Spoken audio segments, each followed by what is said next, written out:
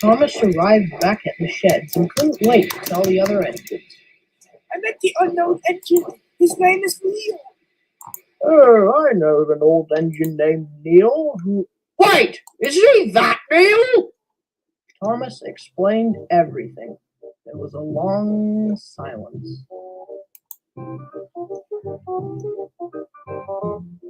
Edward finally spoke. Thomas, Neil was around during the Sudran Revolution. He may have witnessed the events at Gorsaflin. He must be so ancient. If he's still alive, then he's over 150 years old. The only engine still around that's older than him is Stephen. But And even he did keeping the... didn't he, Percy? If he's too afraid to come out, he must have had a traumatizing life after he left Sodor. I wish he would tell us. Well, he said he will when the day comes. The engines talked of nothing but Neil for the rest of the night. And sure enough, Neil showed himself the next day. Oh my goodness, Neil! It's such an honor to meet you. I was expecting this. Please tell us. Why did you hide? It seems everyone is curious about me, which I don't blame you. Seeing a 150-year-old engine would be quite shocking. So, here is my story. Me and my brothers ran the Sodor and Mainland Railway until it went bankrupt in 1910 and was bought up by the Northwestern Railway. 3 of my 6 brothers were scrapped, leaving the other 3 of us on the Northwestern Railway. The pain I felt after losing them was tremendous, but I eventually got over it.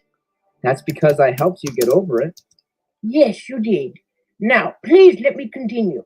Anyway, we were on the island of Sodor as shunting engines until 1941. Matthew, Clive, and Neil. I've tried my hardest, but I'm afraid the war has financially obstructed me from keeping you running. I'm afraid I can't afford to have you 3 in service anymore. You're going to scrap us, aren't you? No, I am not. It turns out that I have made a deal with some Indian executives to have you work as goods engines near Bombay. Wait, you mean we're going to India? Indeed you are. We left from Knapford Harbour in September, and all the engines said goodbye as we were loaded onto the boat. It was a very long journey, about 6 months if I can remember. India was very, very different from Sodor. It was very crowded, yet not as developed. People were living in what looked like cardboard shacks, but still we were really useful. It would take freight around the area. There were some fascinating steam locomotives here. One that really comes to memory was a very friendly locomotive named Ahmedabad, named after the city he was built in. You locos are very hard working. Don't you ever get tired? Not really. As long as we're working, we are useful. I see. Well, with that attitude, you will all be here for a long time. We were there for a long time. As the years progressed, industry flourished. Factories went upwards, and so did our amount of work. That is, until around 1980. The diesel engine had been in India since 1957, so they were not new and would only use the passenger service. But as we became more expensive to operate, things started to change. Dali Namaskar. Oh, sorry, I only speak English, and of course you do. I know your type.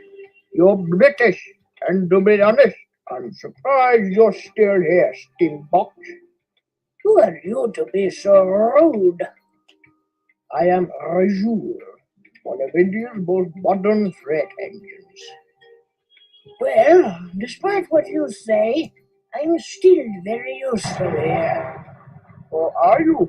Believe me, little box, your era is coming to you. As much as I hated that old turkey, he was absolutely right. In 1990, history repeated itself. Our manager spoke to us. I'm afraid that I cannot afford to have all three of you in service anymore. You're going to scrap us, aren't you? No, I am not. I know a small railway in Somalia that is desperate for another engine, but they can only afford one, so I cannot send you three. The other two will be working at a power plant not far from here. You won't be in service as much, but you will last for at least another 30 years. Who's going there? I made that decision already. Clive and Matthew, you're both wearing out, and I do not think Somalia will be the best fit for you. Therefore, Neil will be going there. So, we'll never see each other again? I wouldn't say that. Anything is possible. So I left a week later, and little did I know that it would be worse than being scrapped. Somalia is a nasty place. How did you survive? Mentally, I did it. At first it was okay. There was extreme poverty, but it was very useful once again, as the transportation was not as developed. But in following years, that didn't matter anymore. War put the country in huge chaos, violence everywhere. Industry was very, very weak. The government was gone. Then, in 1996, a group of warlords came and attacked our yard. They were desperate for money to pay their bosses. Bombs shook the ground, bullets rained down on us, and so did the bright scarlet blood. People were slaughtered like pigs. Along the line, bodies were laying like rag dolls. Random gunshots often pelleted buildings. The violence never stopped. People came to our factory with weapons, desperate to feed their families. They had used violence just so their children could have a loaf of bread to eat. Also, engines were hijacked and were never seen again. But I still had to do my work, and I thought to myself, I wish I was scrapped. I should just find an ocean and plunge into it. I wanted to end. I'm sure no one has ever thought like that. Have they? No, they haven't. Absolutely not. Years passed, and eventually I was about to get myself blown up so I wouldn't see any more of it. But the factory went out of business, and your controllers found out about me and brought me back. But even being back at my own home couldn't make me happy. It couldn't make up for all the horror I had experienced. So, why do you hide from us? I don't necessarily hide from you. I hide from society. The fat controller respected this, so I stay hidden from the world. The world is corrupt.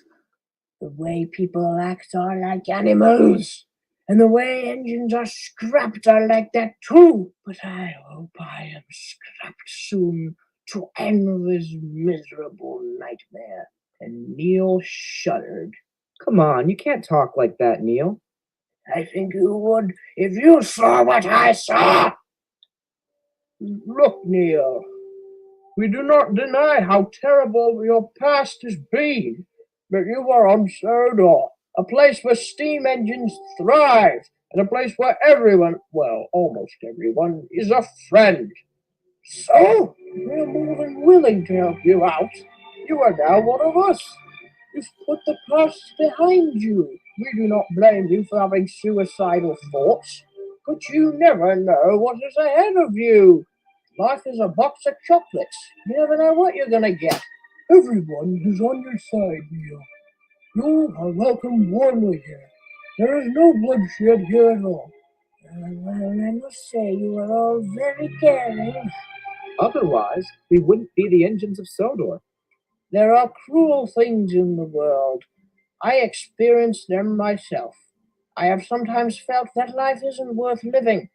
But you never know what will happen. You were rescued and safe from all that horror. Did you know that Mark Twain tried to commit suicide? And look what he became, one of the greatest writers in the world. The past is in the past. It can hurt, but you must move on. You don't understand. Neil, think of it this way. Some things in life are bad. They can really make you mad. Other things just make you swear and curse. When you're chewing on last gristle, don't grumble. Give a whistle. This'll help things turn out all the days. Oh dear. Oh dear, not now, please. Always look on the bright side Oh, of life. do please be quiet. No, I am enjoying The this. light side of life. If life seems jolly rotten, there's something you can do. And that's the laugh and smile and dance and sing. When you're feeling in the dumps, don't be silly chumps. Just purse your lips and whistle, that's the thing. Hey, always look on the bright side of life. Always look on the bright side of life. When you're stuck on the world stage, you've got some weirdos half your age, and everything is starting to go wrong. It's too late to run away. You might as well just stay, especially if they play your silly song. And always Neil smiled for the first time in years.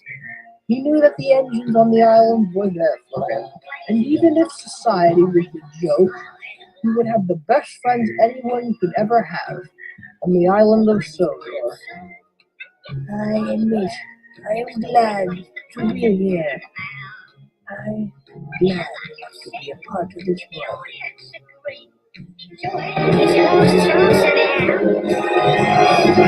Always look on the bright side of life.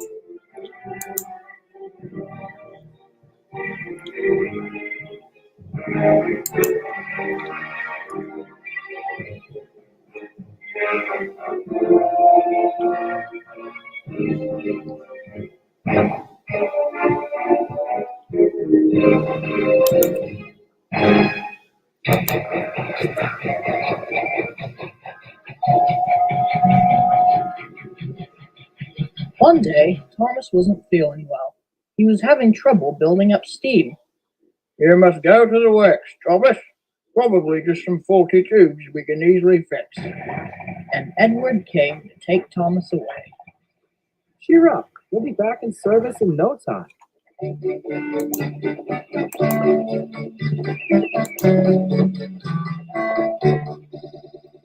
The Fat Controller brought Boko to help while Thomas was away, and Mavis also lent a hand with the goods work. Daisy sometimes had to pull rolling stock as well, if the other engines were too busy. She didn't mind pulling coaches like Henrietta or Victoria, but the one thing she hated more than ever were trucks. Thomas is quite fine coaches. Annie and Clarabelle were flattered. Ooh, we do like him. Indeed, but the idea of pulling your passengers is getting obsolete. Isn't that the definition of a train? What I mean is, with more diesel rail cars like me, the passengers would be in the locomotives, and there would be no need for fussing about shunting coaches. Oh, dude, let's go. Let's get these passengers to their destination.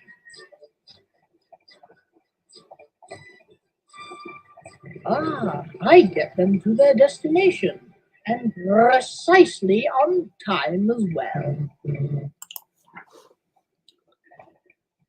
Later, Daisy was resting in her shed when the Fat Controller came, looking very anxious.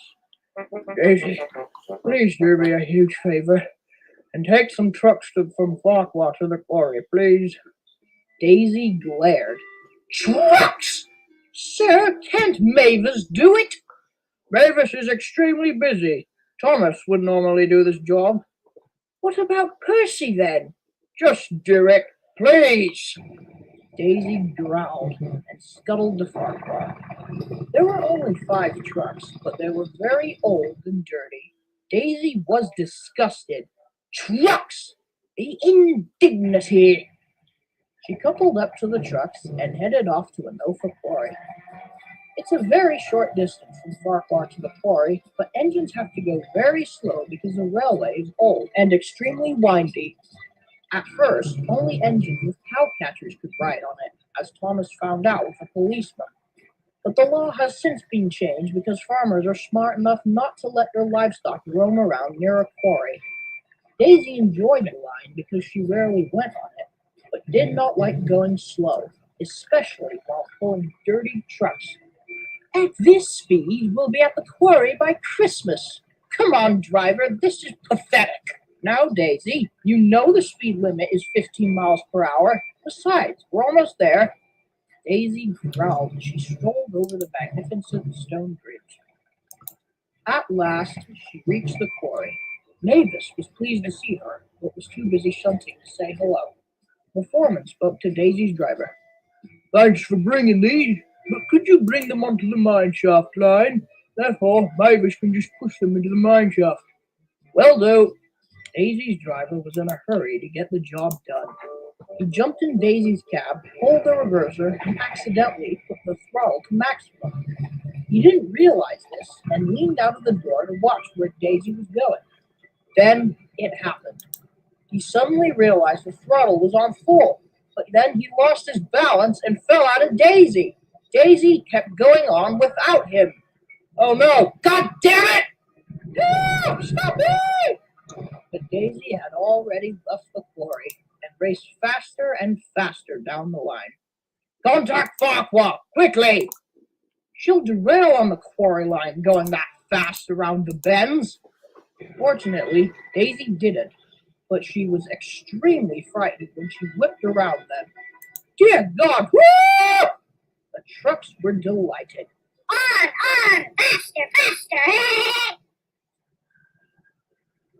At Farquhar, workmen waited at the station to jump onto Daisy and stop her. However, they didn't know how fast she was actually going. Here she comes! Get ready! But Daisy was going so fast that when the workmen tried to jump onto her footplate, they bounced off like bouncy balls and severely injured themselves. What are you trying to do, dent me?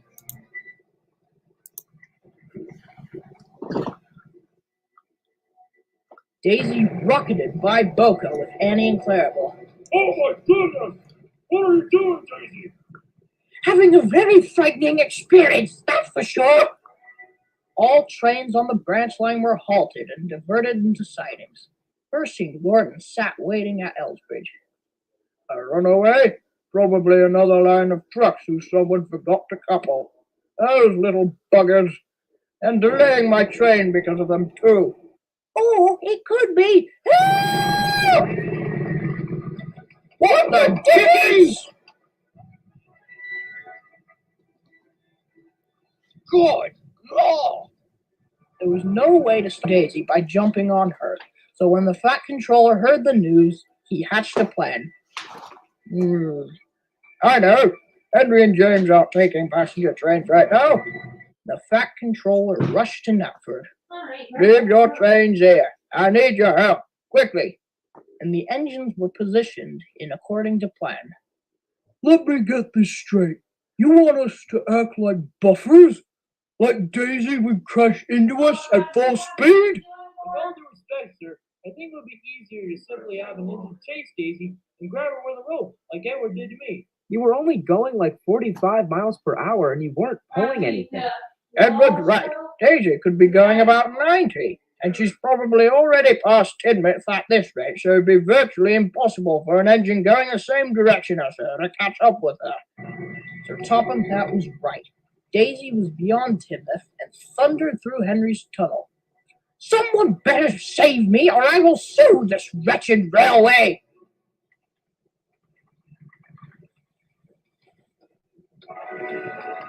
He's coming! Go backwards, so the impact won't be as strong! Raise full impacts!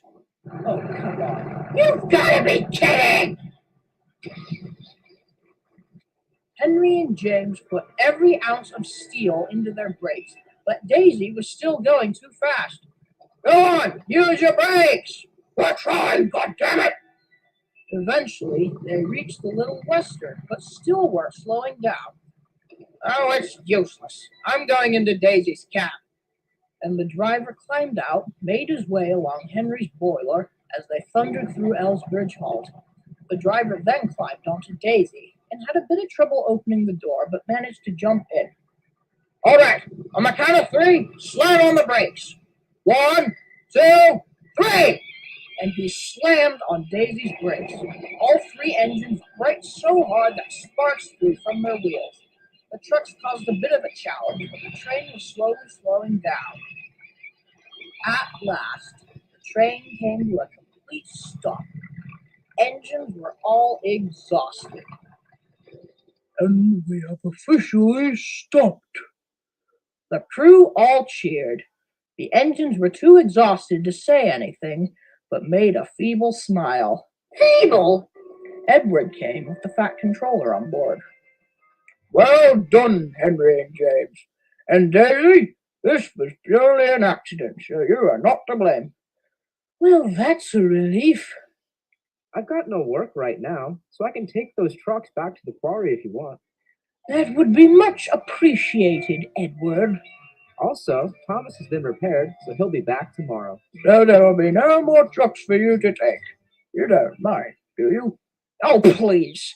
Trucks are dirty and smelly. I'm highly strung, and anything smelly is bad for your swirls. We know it.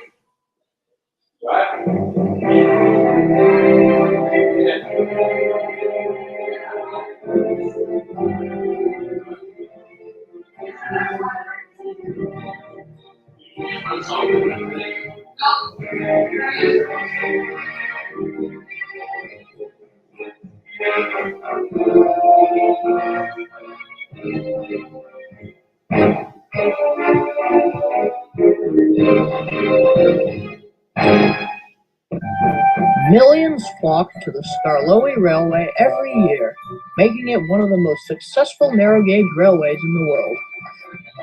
There are many little engines on this railway. They are Skarloey, Rheneas, Sir Handel, Peter Sam, Rusty, Duncan, Ivo Q, Duke, and Bertram. All 9 of them work extremely hard, but usually they don't mind because they know that they are being really useful. But passengers aren't the only things that keep them useful. There are plenty of goods trains as well, because the roads are too narrow for lorries to travel on, and the goods are essential. Sir Handel hated goods trains, but let's face it, he pretty much hates everything. It was 5 a.m., and time for Sir Handel's early goods train. Do you know how incredibly unreasonable it is to work right at the crack of dawn? I need my sleep. If you didn't get up this early, you wouldn't get your work done before the day was over. The driver was right. Handel worked all day, pulling trucks and coaches, and arrived back at the shed absolutely exhausted. You know, I believe slavery has been abolished for quite some time, hasn't it? I can see it's been one of those days. Why, my dear little Sir Handel, hard work builds character. If one is hardworking, then one is chivalrous, virtuous, and all around genuinely a fantastic entity. Bertram, you know that thing of yours called a mouth? Yes? Why? Do me a favor and shut it! The other engines were appalled. How dare you speak to him like that? But Sir Handel had already fallen asleep. Oh, don't worry. He's just suffering from the effects of fatigue. Can make an engine very cranky, you know. Yes, Bertram, we know. And the other engines all drifted off to sleep. The next day, Mr. Percival had an important message for the engines. As you probably all know, Ballyhoo Firearms & Co. have been smuggling illegal gunpowder into the island.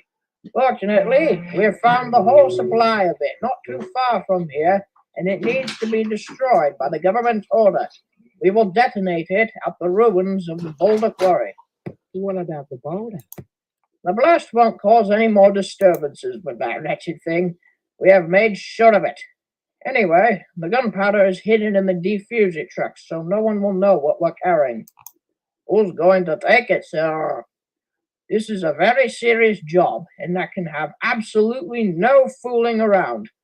I think you're all fine engines, but Skarloey is wise, and the job is suited for him. Thank you, sir. Sir Handel and Duncan were annoyed. They thought they should have taken the train. Skarloey was hitched up to the gunpowder vans just as Sir Handel came to fetch his coaches. I should be pulling that. I'm the most important. As you may know, I am a sir. Don't worry, Mr. Percival trusts you, but I know everything about trucks, so that's why he gave the job to me. I should have taken the train. I got my job done quickly. If you wouldn't do this job quickly, you'd probably explode. Before Duncan could reply, the guard blew his whistle and Skarloey was off. Skarloey was very careful with his car. He knew that one simple bump would make him go up in flames. Skarloey was making good time. He reached the lake without trouble, but ahead of him, secure disaster.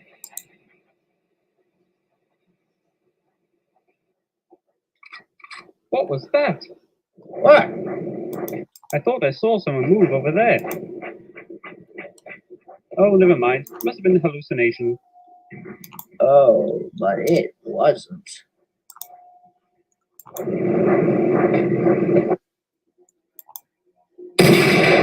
the? Stop your train! Skarloey tried to reverse, but something happened so quick, and next thing Skarloey knew, his driver and fireman were standing face to face with armed gunmen. The men cocked their guns and pointed pointed them at their faces. Skarloey had never been more terrified in his life.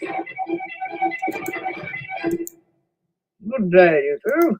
Sorry for the rude interruption. Just got some business to deal with. That's all. Who are you, and what the hell do you want with us? Oh, how rude of me. Let me introduce myself. They call me Fitkins, and these are my men. We work, or did work, for Ballyhoo Firearms and Co. Oh dear.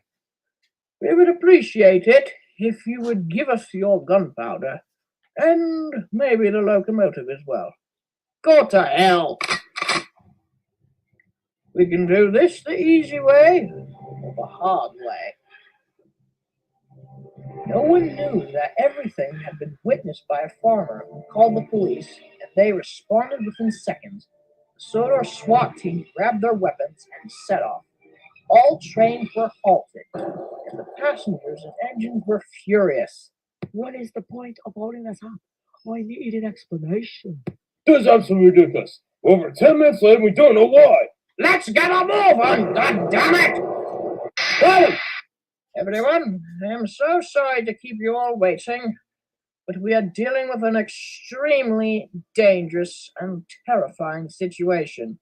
What's going on? The number one locomotive on this railway has been confronted by a gang of gunmen. Everyone gasped. No one could speak.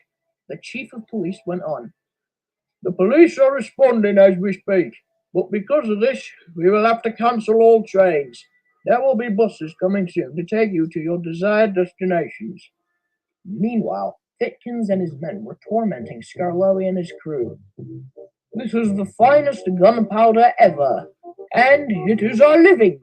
You see, when Ballyhoo Firearms shut down due to selling this illegal gunpowder from Afghanistan, we lost our jobs.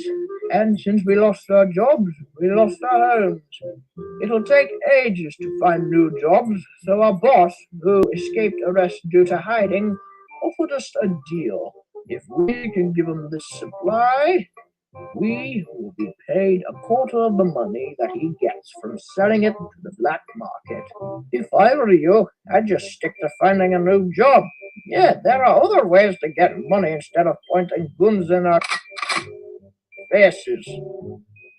They didn't know that in the bushes watching them were 10 armed men pointing guns directly at Fitkins and his gang. Chief, this is Dodson. We found them, but we have two problems. One, they have guns pointed at the hostages, and two, we can't risk firing because missing would hit the gunpowder, and you know what would happen next. Roger that, Dodson. You know, what's the point of keeping you two? You're free to go. The men shoved the crew out of the way and then climbed into Skarloey and the brake band. Let's get rolling! You won't get away with this. This is Dodson again. They've released the hostages, but have hijacked the locomotive. We'll try to follow them, but the road doesn't keep up with the railway. Mr. Percival rounded up all the engines, who were all in deep shock. You have probably all heard about the trauma that has unfolded earlier. Well, fortunately, the driver and fireman have been released and have given us all the details of the men. Oh, that's relief. But what about Skarloey? The men have hijacked him and went further down the line. We do not know exactly where he is right now, but he can't get very far without being sighted if he's on rails. The situation is just unbelievable. No one should have to go through this. You are quite right, Luke. Since the road does not meet the railway further down the line, it would be most prudent to use railway to transport the SWAT team. We will need 2 locomotives, preferably steam, to avoid any sparks that could ignite gunpowder, and a fair bit of rolling stock. Of course, choose whichever engines you like. Oh dear, I'm not very good at this. The dark brown one looks pretty strong and reminds me of chocolate, so I'll choose you. Yes, sir. I've always wanted to get involved with crime. Or, I mean, stopping it, of course. That's what I totally meant to say. And, I've always liked blue, so you as well.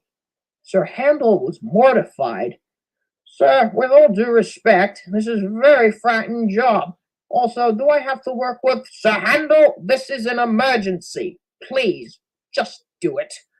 So Sir Handel, driver, and fireman stoked him up and he set off.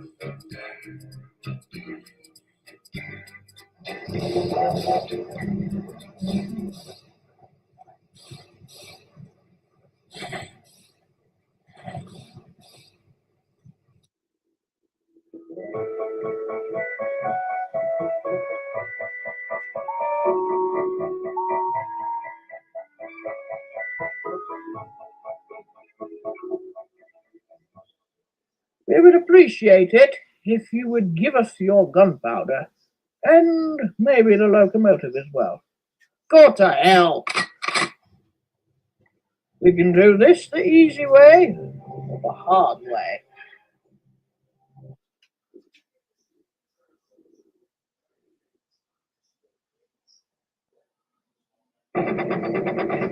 Skarloey puffed down the line with Thitkins and his men. He tried to resist their control, but it was futile. So where are we taking this gunpowder? To our truck, you idiot! We parked it up at the slate quarry. You blithering idiot.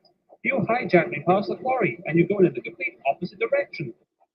There was a loud crack, and Skarloey stopped. Ow! Filch, you are such a f***ing idiot! Reverse the train now! I'm afraid you jammed the brake when you stopped the engine.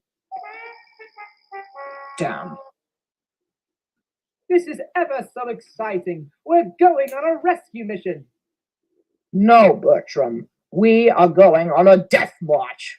Oh, don't be so negative, Sir Handel. Focus on what could go right instead of what could go wrong. Yeah, like being blown to bits. Everything clear? Good. I'll ride in the brake van.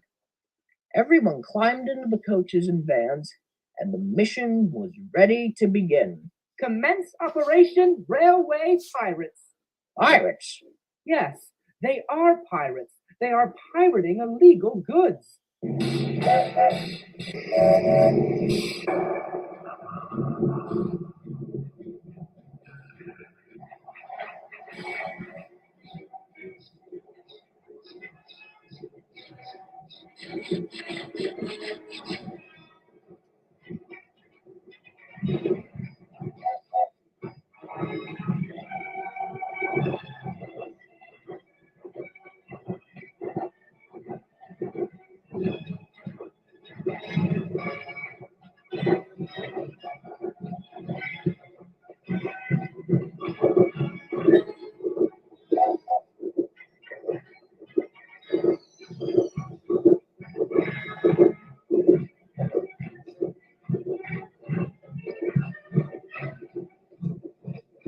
How the hell are we going to fix this? We haven't even got super glue.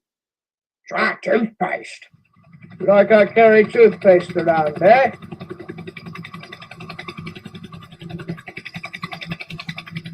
Right, I just got a message from Harold's crew. The train's apparently stuck on the other side of the old iron bridge. Oh, great. Fortunately, there's a junction to an old branch line, so Sir Handel will go down that and eventually meet up with Skarloey and the hijackers. And do what? Distract them, of course. There's a turntable on the way, and I suggest you use it.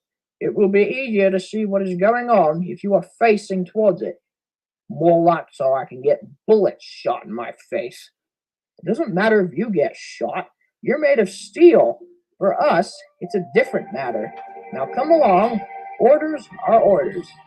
And Sir Handel, shaking on his wheels, set out, not knowing if he would come back alive. All right, we are basically stuck. We can ride like another locomotive. We're already in too much trouble, Bogus. Shh! Did you hear that?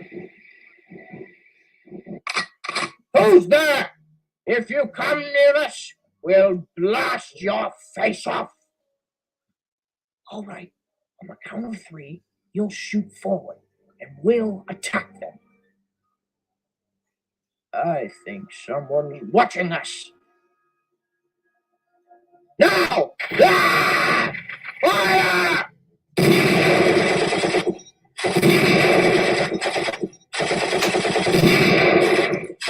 Please stand! The smoke everywhere. The gunshots suddenly stopped. When the smoke cleared, he saw that everyone but Thitkins had been grabbed by the SWAT team and were officially under arrest. Where's Thitkins? Over there, on the bridge. You'll never catch me alive, suckers! But before he could start running, Bertram and his crew arrived on the other side of the bridge. Thitkins was trapped. It's useless to resist. Toss your weapon over the side of the bridge, and we can settle this the easy way. Did you think I'll surrender this easily? I lost my job because of a wretched government, and I will get it back if I have to blow up everyone on this planet. If you do not drop your weapon, we will have no choice but to fire. He's gonna get himself killed. I doubt you guys have the guts to do so. Go ahead, shoot me. Do not underestimate us. We will fire if we have to. He's not thinking straight. We must persuade him to surrender. It's no use reasoning with criminals. You're getting a one-way ticket to a very pathetic way to die. Come and get me. Come shoot me down like a helpless little bird. You've got 5 seconds. If I can't reason with him, I'll use force.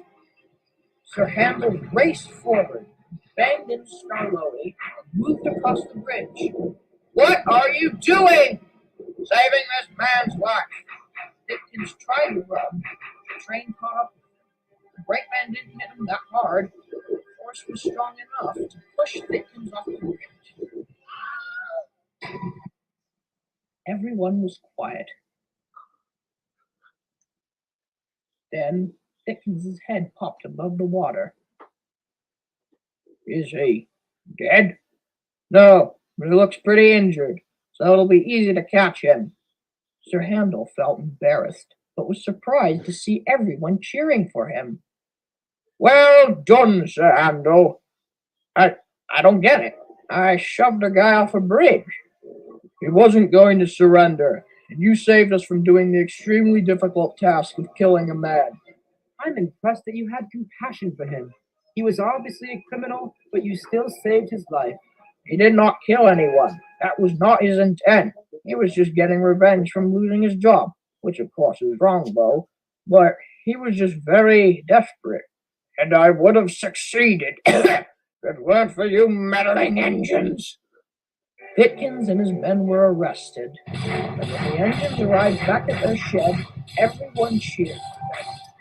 3 cheers for Sir Handel and Bertram. Thank goodness, sure, thank you. A very fine effort indeed. I wouldn't have been able to face men with guns in my face. Sir Handel and Bertram, I cannot say how proud I am of you two. You both prevented what could have been a serious tragedy by being extremely brave. We will place a plaque in the shed commemorating your efforts. Thank you, sir. But most of this was Sir Handel's effort. He was the one who got the pirates in custody. Sir Handel was too exhausted to say anything. He just beamed from buffer to buffer. Sir Handel still hates being overworked. His mood soon changes after the big engines see him. They say, "Look, there's Sir Handel, the bravest engine on the Skarloey Railway. He stopped the attack of the railway pirates." Hearing this makes him feel like a really useful engine.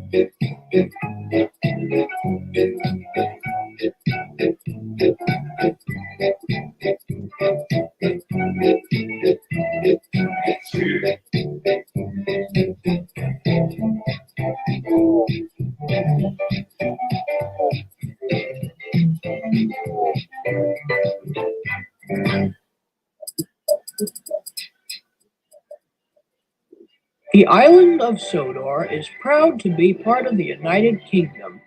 Because of this, they are ruled by none other than Her Majesty Queen Elizabeth II. However, there is also the governor of Sodor, who is in charge of the government on the island. He travels around with his private engine, Krogan, who is named after a very powerful king of Sodor who prevented a Viking invasion. The governor rides in a special coach called Helen. Helen is very kind and friendly. However, Krogan is not. He is perhaps one of the most arrogant engines on the island of Sodor. One day, he came into Knapford boasting like usual. "Good morning, engines! Aren't I such a fabulous sight?" "John, not you." "It is me. Aren't I a sight?" "Yes, what a disturbing one!" "Hide, you wooden old cow!" "Good grief!"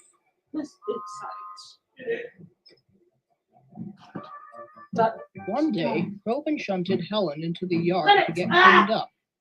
He left her there and pulled off to get to the washdown.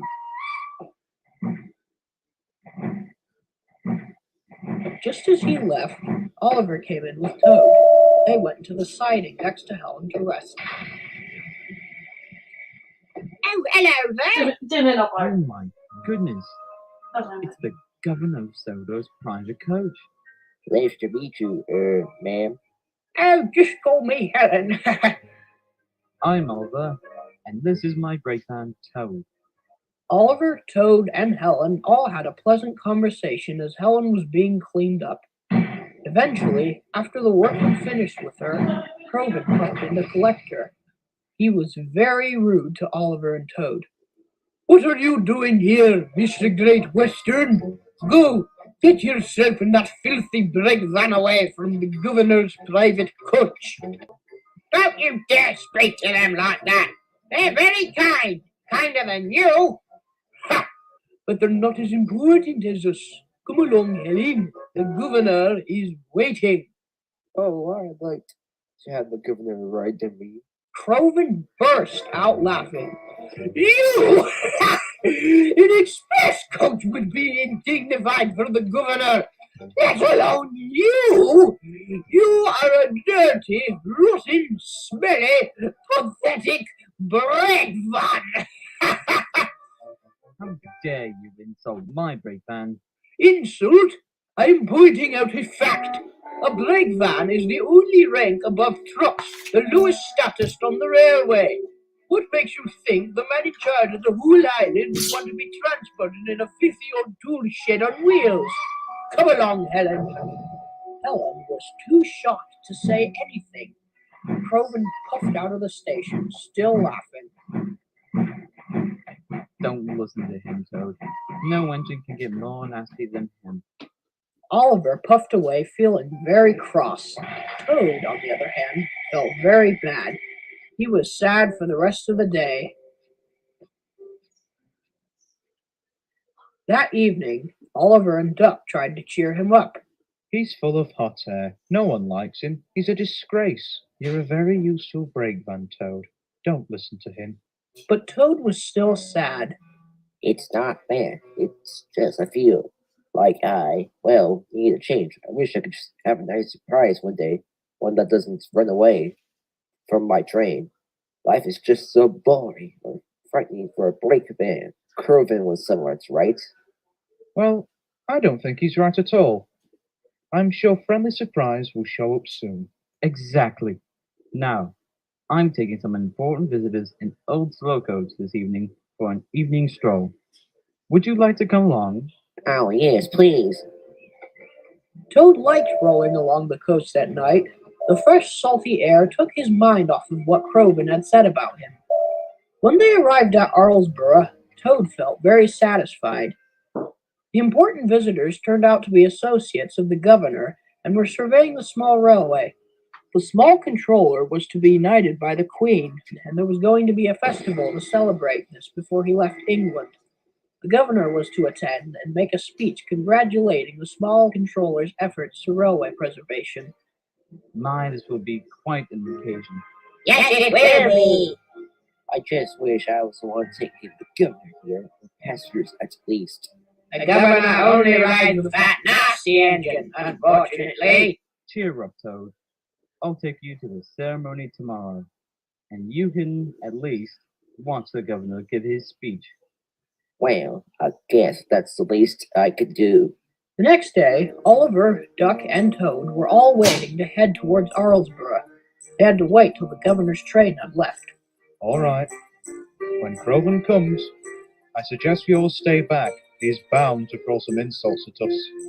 Duck's coaches were already in the platform, but Duck was in a siding, so he wouldn't have any negative contact with Croven. Oh dear, here comes trouble. If he says anything, just ignore him. Croven didn't say anything. He was in a bad mood. He snorted into the station with Helen. Cameras flashed everywhere, and the governor waved out of the window. "Why can't you come quietly, you wretched cooch?" You kept blowing steam at me. I could hardly breathe. Croven, this platform is for the passengers. We need to get into the siding over there. Croven was enraged. The siding? The siding is for dirty trucks. Croven was very cross. He snorted over to the points and yelled profanities. Everyone was shocked. Then Croven made a huge mistake. You want to be in the siding? So be it.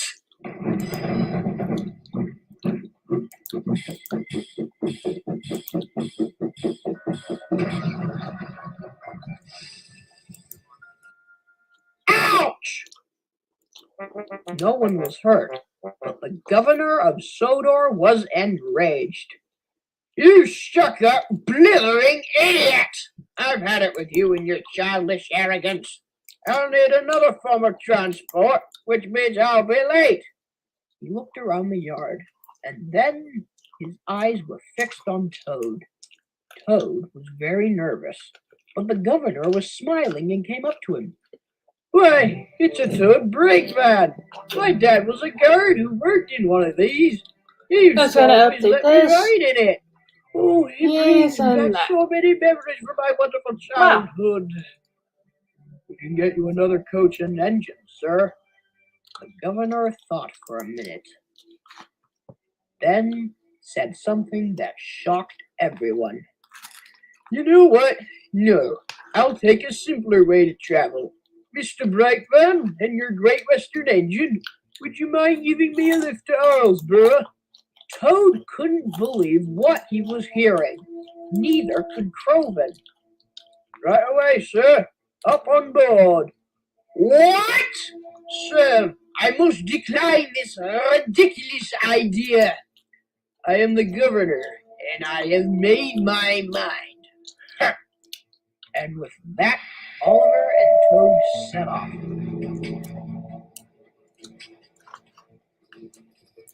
The governor had a wonderful time. He was so excited that he kept pulling the brake lever on and off, which made the journey very difficult for Oliver. Toad, on the other hand, told the governor all about his escape from the scrapyard with Oliver and Douglas. The governor was fascinated and listened with his eyes wider than a child. My father said rolling stock always had the greatest stories. Toad laughed as they puffed into Arlesborough. It was flooded with people. They were all shocked to see the governor of Sodor, the most important man on the island, riding in a shabby wooden brake van. Cameras flashed like mad, and when Oliver stopped, the police had to shoo everyone away from Toad. This'll be front page on the newspaper. He'll be the luckiest breakdown ever. Sir, might I ask why you aren't with your private train? Who to heck with private luxurious trains? A brake van is the way for a politician to travel. After he had walked off, the news reporter started interviewing Toad. Toad was so overwhelmed that he didn't know which questions to answer first. When he and Oliver returned to Tidmouth, the governor thanked them, especially Toad. You brought back my childhood memories. I thought I would never be able to ride in a brake van like my father ever again. We'll definitely have to do this again. I'm sure the Fat Controller could make some arrangements. The governor then spoke severely to Croven. If it happens again, then I know that a light blue sewage tank will be installed at the docks. In other words, quit the insults and arrogance, or you'll be stirring some nasty stuff in your boiler. After hearing a statement like that, I think Croven will. Don't you? That night, Toad felt happier than he had ever felt in his life. He talked endlessly about his experience. What did you think of all the fame you retrieved? Toad laughed. I enjoyed it very much, although it was a bit overwhelming with all those people crowding around me. Although I had a wonderful time, I think I'll just stick to being a happy break friend for now. Didn't I tell you a friendly surprise would show up soon? Toad could only chuckle and went happily to sleep. He was a very happy brake van.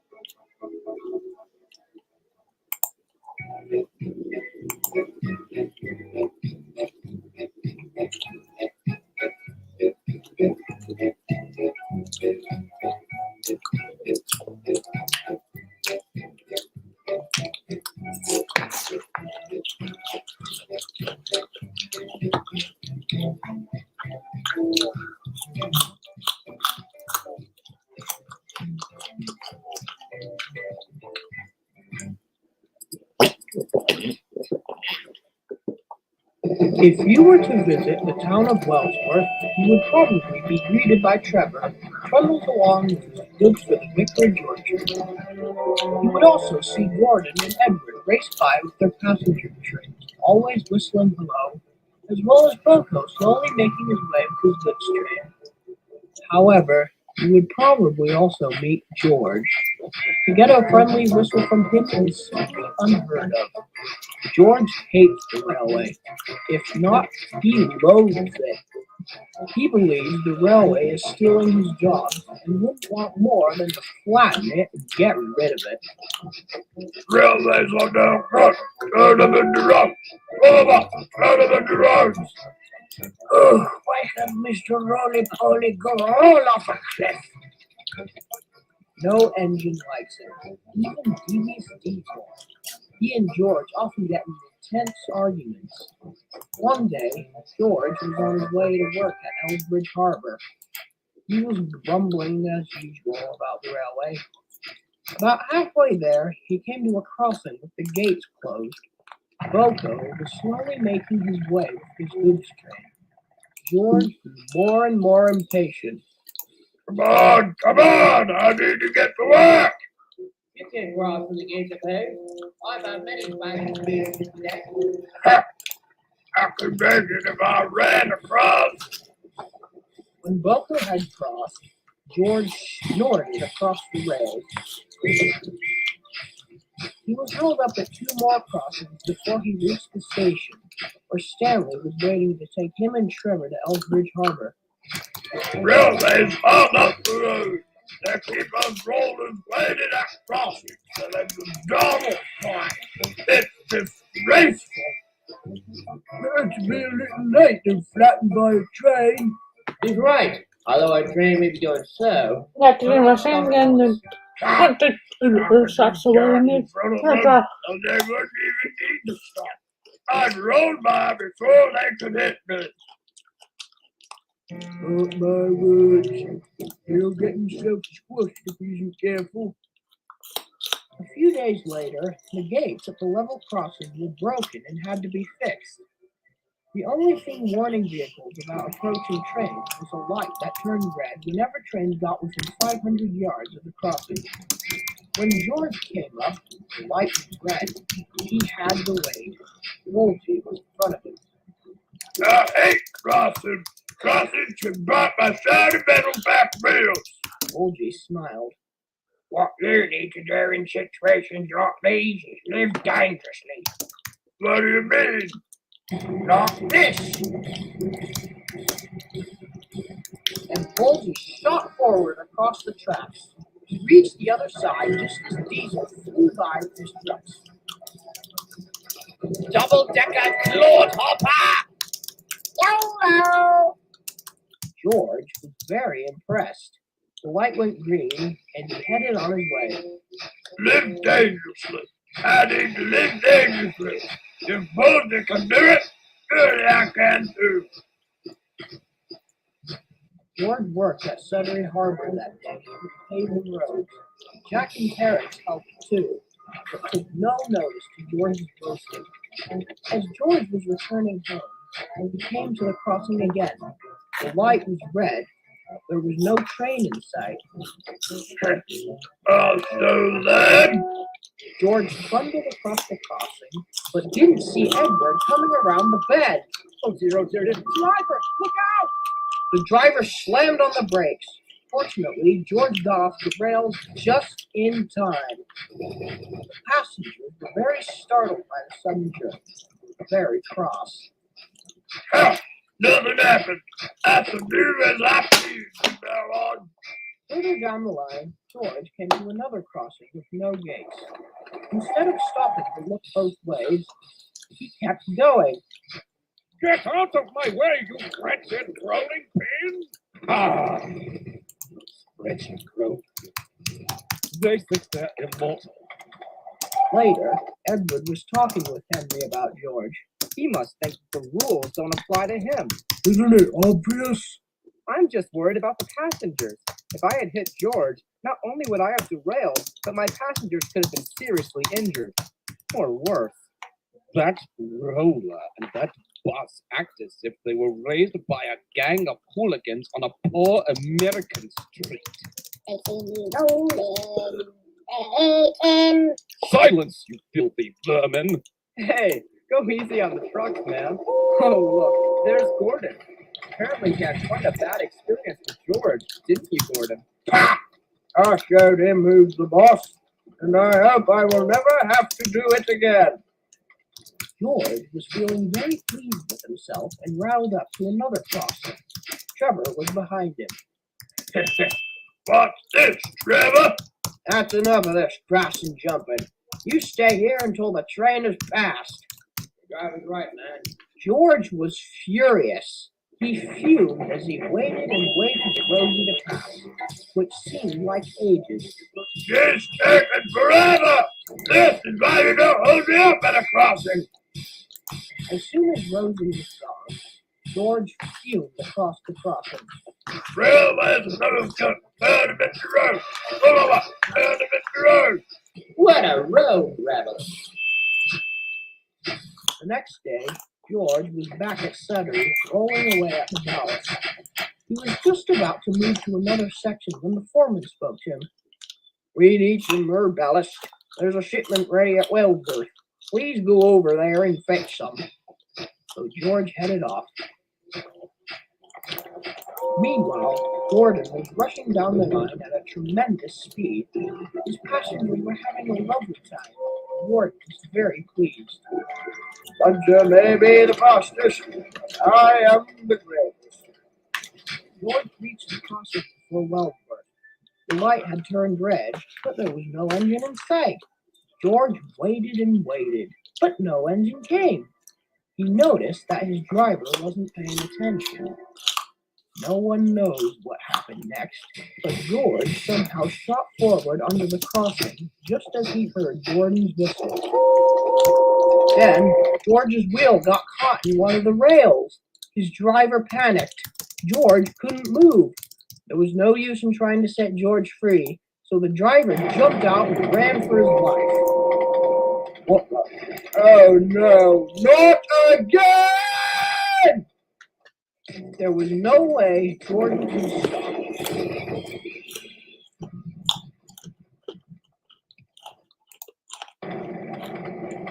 An accident could not be prevented. No one was hurt, and Gordon's front was only slightly bent.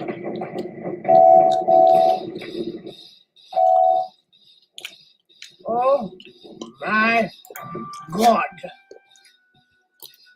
George, on the other hand, was wrecked.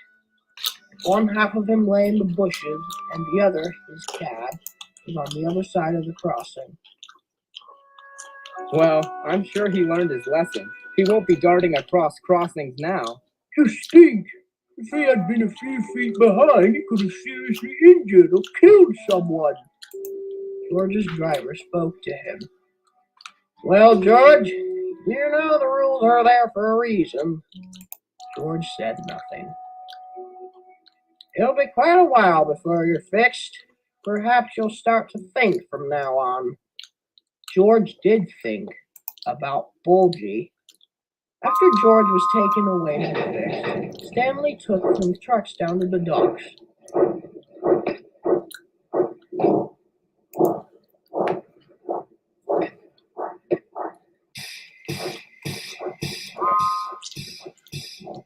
He stopped at the Vicarage Orchard, where he met Trevor. Stanley told Trevor all about the incident. Well, I'm glad he's not dead, but finally I'll get some peace at last. I don't think he may have deserved it, but he won't be bothering us for a while. No more Mr. Road Rebel with rollers. And with that, Stanley continued on his way.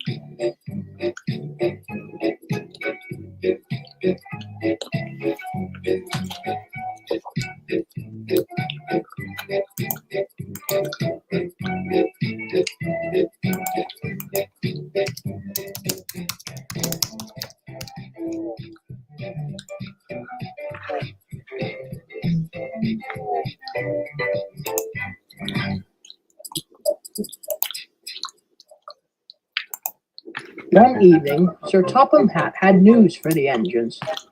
You're all doing good, but it is clear that you all need a little help. So, a new engine will be arriving soon. What's the new engine's name? The Fat Controller paused. Unfortunately, I could not find any steam engines, and right at this moment I could not really spend a fortune on a brand new diesel. So, I'm gonna have to give another chance to a diesel that has been here in the past. The engines looked anxious. What's his name? He does not have an official name, just a number. Oh no. His number is 199. I will give him a trial, and if he proves himself worthy, he will stay. Spam can! Engines all glared. I'm sorry about the inconvenience, but if he behaves like he did last time, I'll send him packing. The next day, D-199 slunk through the island like a snake. The engines he passed eyed him with distrust. 199 ignored them and kept on going. He reached Knapford Harbor, where Henry and the Scottish twins all glared at him. But Diesel said nothing. Welcome, D-199. I have decided to give you a second chance. Thank you, sir. I really do want to be a really useful engine. That's good. I'll hear none of this taking over the railway nonsense. Just then, Bear came in. He glared at 199 as well. Oh, well, if it isn't my old friend, D7101. And in a brand new livery as well. Old reliable. You just better stay out of trouble. And Bear fumed away. Stupid asshole! What's that mouthful of dirt? 199 growled and scuttled off, leaving the engine with very negative thoughts. He met Bear again at Croc Station, who was not pleased to see him. Good day to you. What do you want, D-199? Look, I know I made a complete ass out of myself the last time I came, but I have changed my views on this railway completely. I actually don't mind steam engines if they are kind to me. Over the years, I've seen more and more steam engines get taken to the melting pot, and I just can't help but realize that it just isn't very nice for them. Wow, that's quite something for a diesel who said steam engines spoil our image. I'll admit you've changed slightly, but you still need to prove yourself. And with that, Bear headed off with his goods train. Yes, I'll show just how useful I am. Come on, driver. We need to go find some important work to do. D-199 was eager to get working. He arrived at Tidmouth and was shaking with excitement. Well, we do have a goods train of tankers that need to be taken to Slithery. Splendid! I'll take it right away. Come on, driver. Diesel had a splendid time cruising along the line, and this time he didn't break down. Spam time, am I? No, those days are over. I am now, still D-199. Gee, I wish I had a real name rather than a number. Like Balthazar or Constantine or Maximus or, Ted. Yes, I like Ted. For the rest of the day, 199 worked as hard as he could, delivering all goods ahead of his schedule. At the end of the day, the engines were very surprised with his efforts. Not bad. Quite an improvement, I must say. Right you are. Old, reliable, is ready for anything. Huh. I did notice you were rushing your work. You need to be a little more patient, I think. Bah! Having no patience has no effect here. I'm just being a really useful and quick engine. If you think patience has no effect here, then you should have seen Thomas leave his coaches behind, or Peter Sam completely ditch the refreshment lady. Ta-ta! Goodbye, old reliable. Plugged up cucumber. Hey, I heard that. Next morning, 199 didn't have any work to do and was getting bored. He saw Bear roll in with some more old tankers. What are you doing? Shunting. I'm getting this ready for my train. Would you like me to take them? I've got nothing to do, and could use a stretch on my wheels. Well, I guess. All right. I could use a rest. Oh, buddy! The diesel slunk into the siding and was coupled onto the train of tankers while Bear headed off to rest. As he was about to leave, his driver remembered something. Blast! We forgot to fill up on fuel. Your tank's almost empty. He went to find a fuel tank, but came back with bad news. Well, we have a problem. The depot is out of fuel, and you don't have enough to get through to the next one. I guess we'll have to get 7101 to come back. No, we must get this done now. Just use the fuel in one of the tankers. All right. Wait a minute. We don't know what's in the tankers, do we? 7101 never told us. I mean, it could be tar milk. It's fuel. He wouldn't be carrying in a dirty black tanker otherwise. I guess so. Let's go drain some fuel from a tanker. I'm sure they won't mind if we take a little. So the driver grabbed a bucket and drained the fuel into the tanker. This doesn't really smell like fuel. Smells a lot like, well, a burp. It's fuel. Now just hurry up so I can get it delivered. All right. Guess it kind of does look like fuel, so it must be fuel. And the driver hurried back and forward, dumping several buckets of fuel into 199's tank. Eventually, it was full enough to complete the journey. All right, off we go. Good Lord, he can't move. The diesel helplessly spluttered and coughed as James and Henry rolled in. Yep, old reliable fills again. And he had. The diesel then felt very lightheaded and started having hallucinations. Hello, D199. Oh my God. What on earth? All right. What was that again? Turn me off. And with a cough and splutter, 199's engine busted. What? No! I'm not a superhero. No! Oh dear, what happened? That's not going to help. Explain the whole ordeal. The Fat Controller's eyes widened, and then he was desperately trying not to laugh. Well, no, I want steam engine. In a tiger where you don't even know. Not the superhero. Very foolish. Yeah. That wasn't fuel in those tankers. It was a generic tanker, so it must have been. Generic tanker does not mean it carries fuel. Oh, sorry, but those tankers weren't carrying fuel. They were carrying. They were carrying beer. James and Henry laughed so hard that they almost died. 199 was redder than James with embarrassment. The laughing continued on and on until at last everyone was under control. It's a good thing you couldn't go anywhere. You might have been arrested for drunk driving. All right, that's enough. Well, 199, this is what happens when you are impatient. But I am very impressed at how you were eager to help another engine. That is something that I was definitely not expecting. You also worked very hard over the last few days. Hold on. And I'm actually very proud of you. Thank you, sir. You know, he actually does have a point.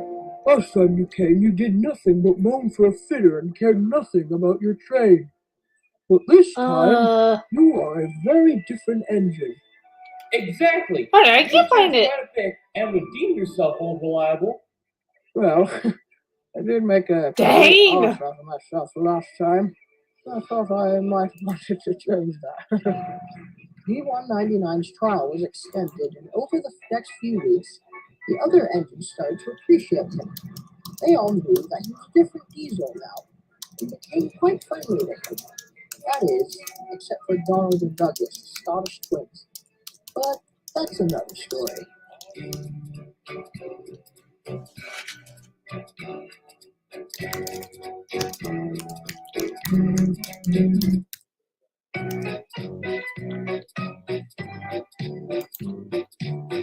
How long do we got?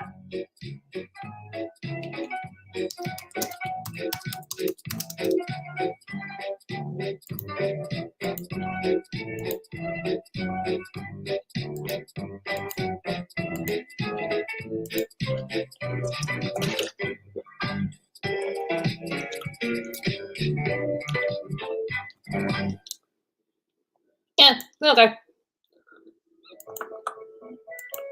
Meow. Back to you.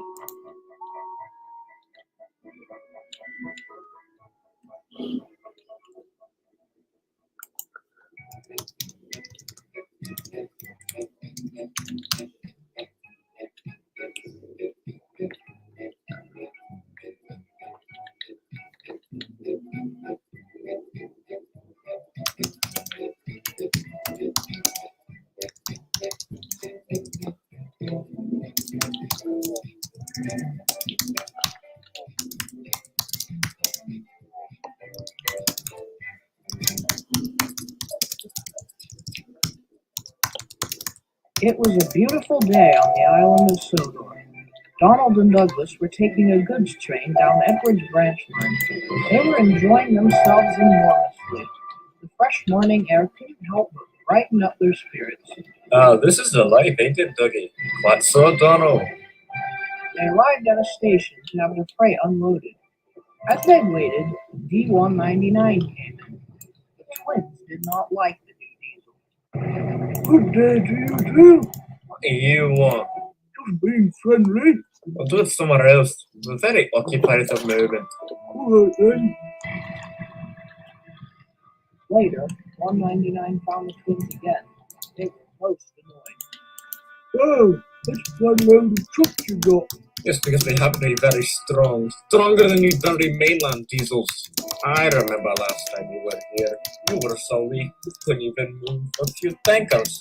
Ha! And the twins rudely huffed off. 199 was very sad. Donald and Douglas were always very cold with him. The next day, the Fat Controller had important news for Donald and Douglas. The old line that leads to the flour mill is going to be restored, and the mill will be turned into a big resort. I need you to take building supplies. Aye, sir. But what about the old bridge on the way? That bridge is indeed old, and will be rebuilt as soon as the resort is complete. But for now, it should be sturdy enough. Just before the China Clay Works, there is a junction to an old branch line that was used for transporting flour from Brendan Flour Mill to the docks. It had been closed for over 50 years and was the haven for drug users and other illegal activity. Donald and Douglas were thrilled by the line's naturalistic beauty. The bridge, on the other hand, was very unstable. It creaked and groaned as they chuffed over it. Jeez, it's like we're crossing toothpicks. Scaredy cat. I'm not. I'm Sue. I'm not. Stop arguing, you two. Meanwhile, D-199 was ranting about the twins to Edward. They're always like that to new diesels. They've had quite a checkered past with dieselization. If the Fat Controller had sent one of them away like he had planned to, he would have most likely been scrapped. I've tried to be nice, but they are very vulgar and rude. Now, they aren't horrid once you get to know them. They're always skeptical when it comes to outsiders. You should have seen them when Boko arrived. They were very nasty. So it's not just me, it's stereotyping. Those racist black buggers. Excuse me, Mr. Hypocrite, but you were exactly like that when you first arrived. I remember what exactly you said. Our controller says steam engines spoil our engine. Well, I was a different engine back then. The past is in the past, and I can't do a bloody thing about it. Later, Sir Topham Hatt spoke to Donald and Douglas. You two are doing very well with the flour mill, but you do need a little help. So I will send another engine with you. Thank you, sir.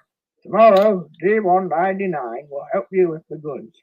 The twins growled. The Fat Controller was very cross. All right, you two.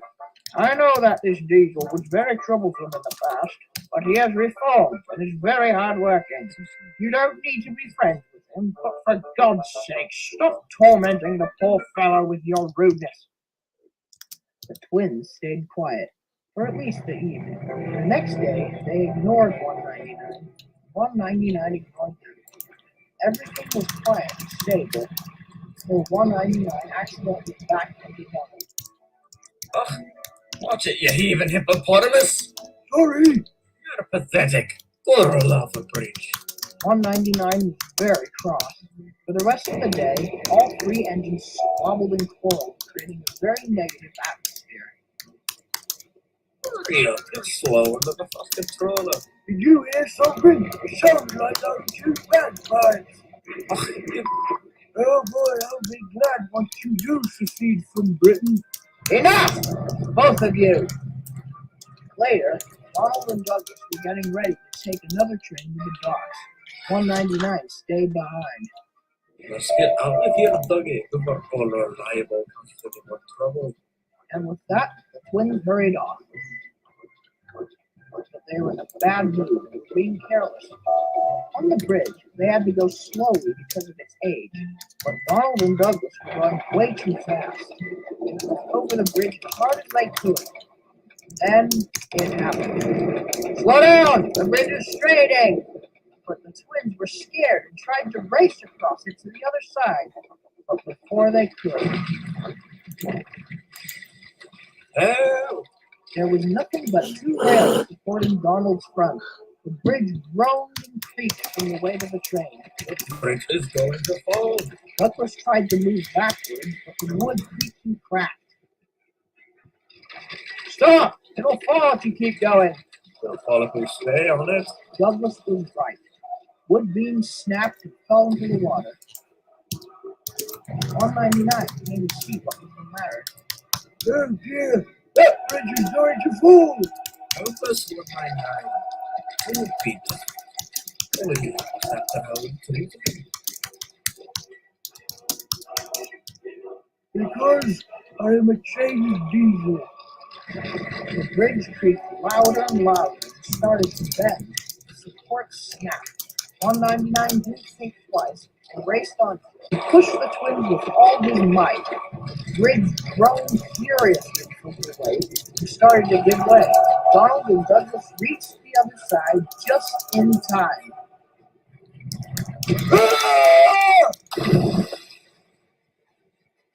But the diesel did not. The twins had never felt more terrible in their life. We didn't actually want him to fall off the bridge. We were just joking. Edward and the Fat Controller rushed to the scene. No one was hurt. 199's driver had got out and ran across the bridge. The Fat Controller was furious at Donald and Douglas. First of all, you two were very careless to race across that bridge. Second, you were very horrid to 199. When we eventually get him out, you will apologize immediately and will be shunting trucks in the yard. Yes, sir. When the diesel was finally rescued at the diesel works, the twins came in to apologize. We're sorry we were so horrid. You really have changed. Thank you for rescuing us. Oh, that's all right. I'm sorry about the way I acted when I first came to the island. Oh, that was 48 years ago. I think it's time we put the past behind us. Indeed. Shall we be friends from now on? Aye, glad to be Miss D199. Oh, please call me Ted from now on. I just can't stand being just a number. Please, call me Ted. Very well then, Ted. When the diesel returned from the works, he was no longer D199 from the other railway. He was Ted, and Ted is now a proud member of the Northwestern Railway. Ted still has a lot to learn, but is now a really useful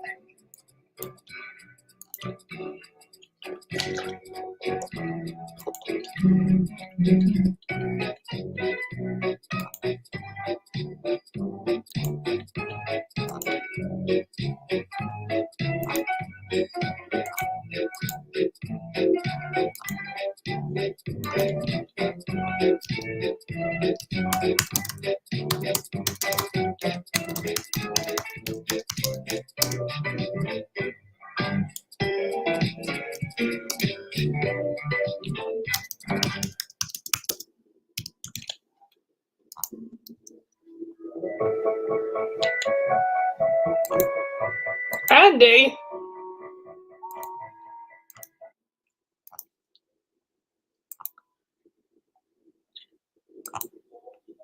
Ah!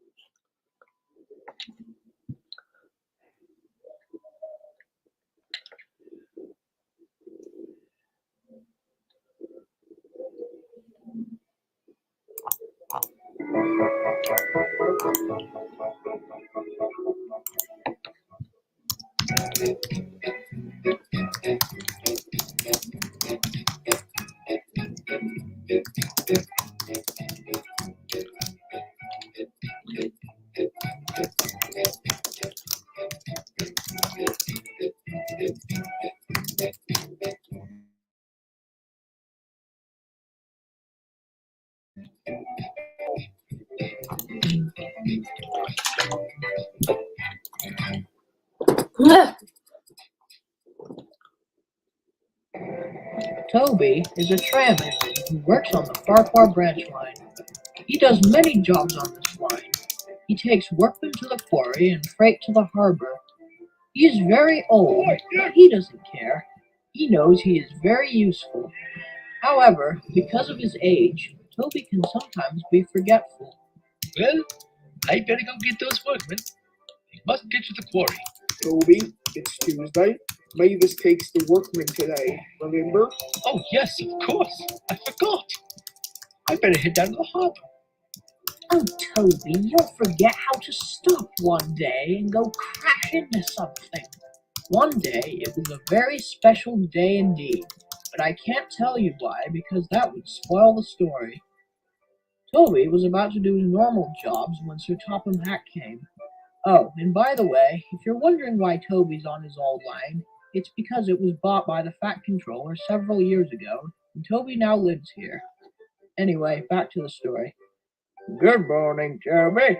Since it's your special day, you can do whatever you want.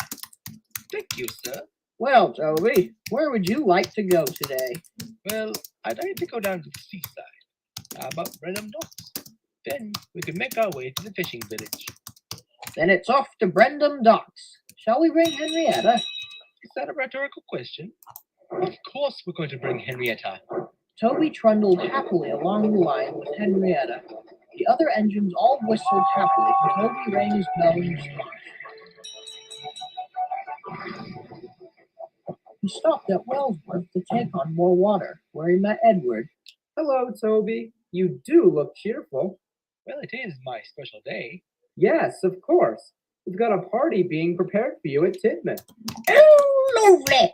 Why, what's your party? Just then, Bill and Ben peeped into the yard. Toby and the twins didn't see each other much. The twins found Toby's shape to be very amusing. Look, Bill.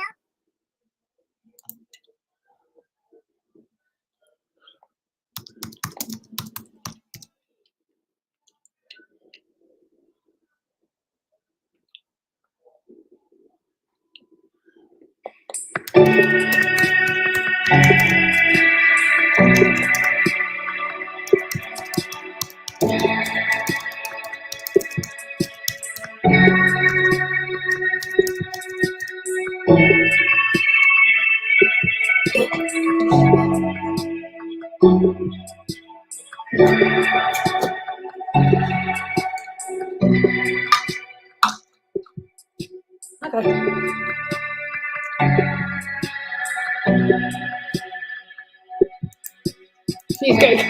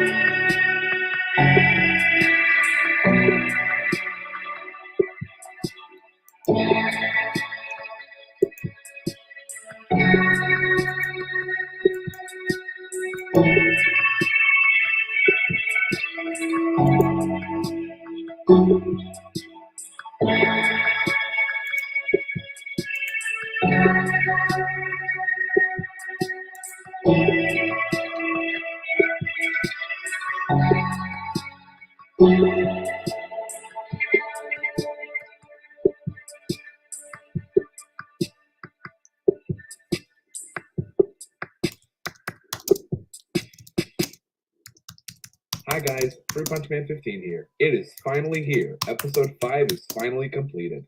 We thank you guys for your patience on this release. Before this episode starts, I have a few disclaimers before this episode premieres. First off, we all understand the drama with Speedy Skip and his games. All footage shown was pre-recorded all the way back in September to November of 2021. As of this episode's release, we will no longer be using CBR3 or any of Speedy Skip's games to record the new episodes, including the remastered episode 1. Second off, there is some mild language in this episode, so please watch this with caution as some words, topics, or even visuals may offend some viewers. And lastly, we all apologize for the late release. A lot of things have happened during the making of this episode, including drama with Speedy Skip, another situation that caused major problems, along with school and work affecting the editors and voice actors. We apologize for the lateness of episode 5, but it is finally here, and we cannot wait to show you what this episode has in store. Thank you for your patience, and enjoy the newest episode of Alfred's Revenge, The Downfall of Sodor.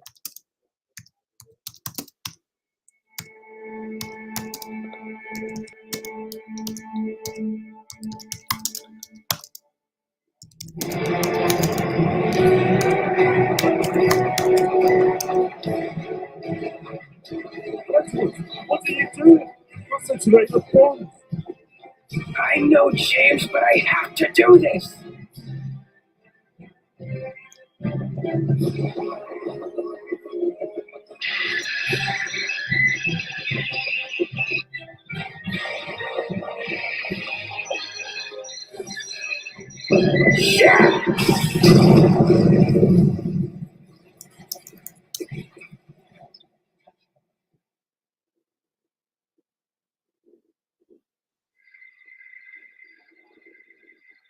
Well, where's Edward? He's never late. I'm a little worried. Gordon, I think we should look for his... Dear God. Come on, Gordon. I think that came from down the line, towards the docks.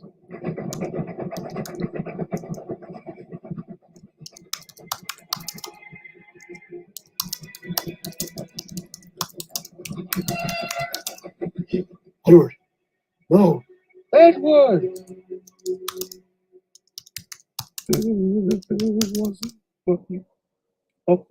What in the bloody hell have you done? Edward is dead! And for what? How could you do such a thing? Let me explain. No. I don't want to hear another word out of your fucking mouth. You murder me. Please, I could just derail you if I wanted to. I could just... That's enough, Henry.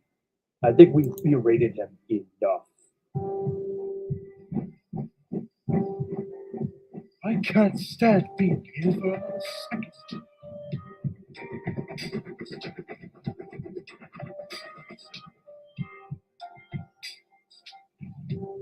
You're coming with me. Look, I'm sorry, but it wasn't me who killed him, okay? I was coupled up to the tribe, and he saved us. For later.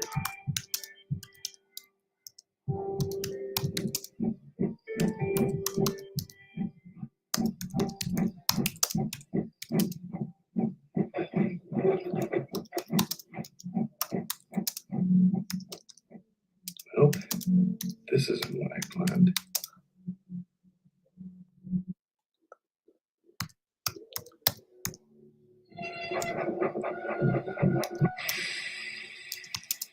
All right, James, you stay here. Where are you going? I would say, but she doesn't have going. If you stop wearing its wheels, I have to take my morning train. Then what do I do? You stay here. Don't speak to me. Don't notice if you show you. Okay.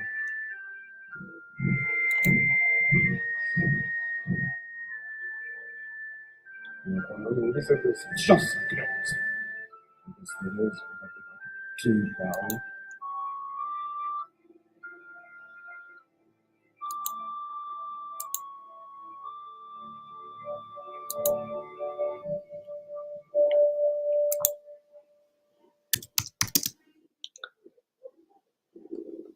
James!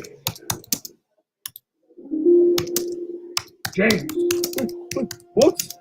Get up. Alfred! What are you doing here? Keep your voice down. I'm here to break you out. I can't. Why not? because the other engines will know that I left and will start to search for me. Is that a concern? No. Come on, Sentinel engine.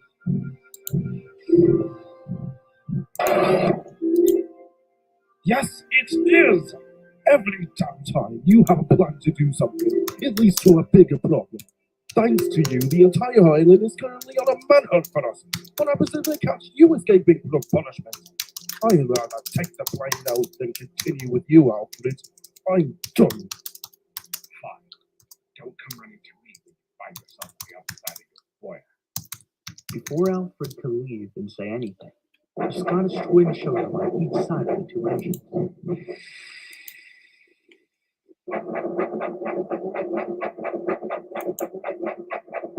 All right, James. Start talk. Oh, hello there. So how can we see? Oh, now look what you've done.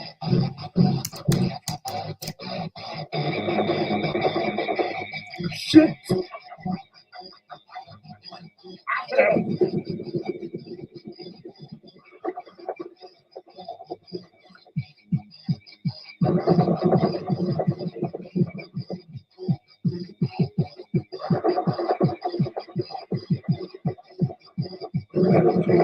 We've got radio running cars. No time for jokes. I know it was with it all.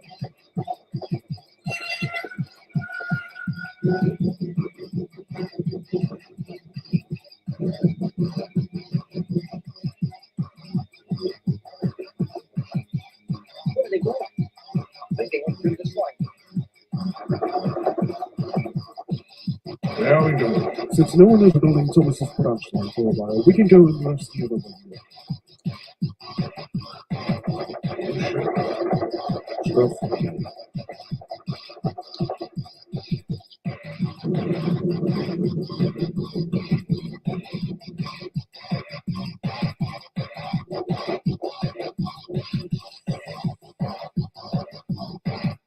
Okay. Rest here for the night. Good night.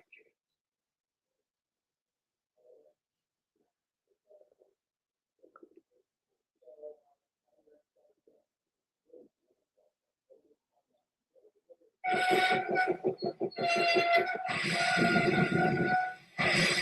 think they escaped.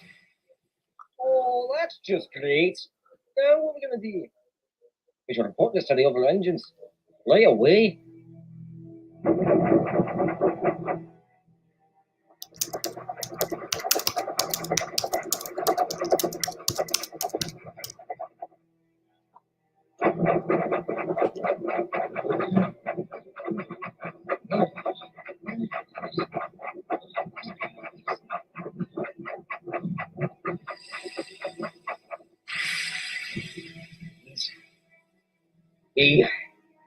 He's back.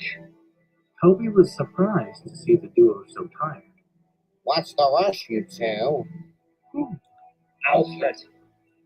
Thomas was right. Edward wasn't lying after all. No, it can't be. Aye, it's true. Dougie and I saw him escape with James from the sheds after Gordon Shunston. That little bastard. I shouldn't have left him alone. You left him alone? I had to take my morning train. What else am I supposed to do? Stop arguing, all of you. We need to focus on the main problem. I still can't believe Albert's back. It's been years. We should have been cut up long ago. He gives me the chills. All this talk is making me ill.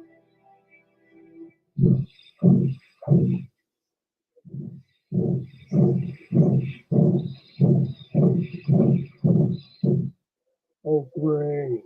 Now that Edward's gone and given himself a mental breakdown, I have more work to do. I would love to stay and curse out Alfred with you all, but I must take my leave.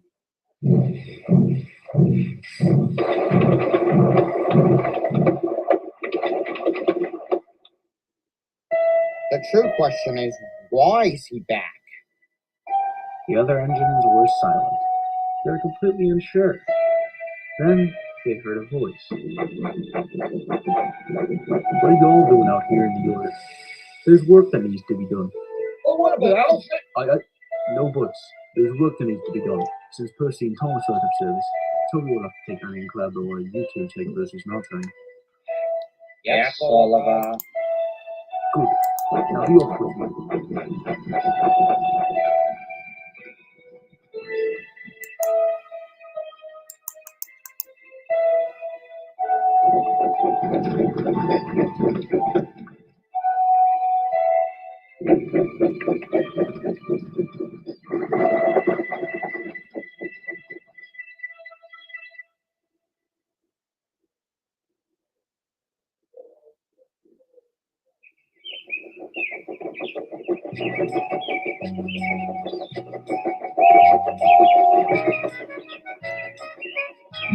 We're almost there, Thomas. Just sit tight. I will, Duck. I'm just so excited that I'll be able to see Percy again. I figured you'd say that. I heard Percy heard the news you're on the way. I bet he's just excited as you are. I can't wait. Well, get ready because we're here.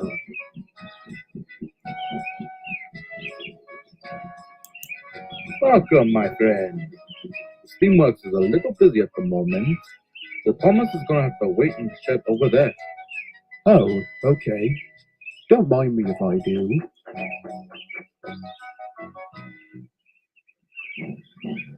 Where's Percy? He is undergoing a big maintenance check and can't be seen for a while. Don't worry, my friend.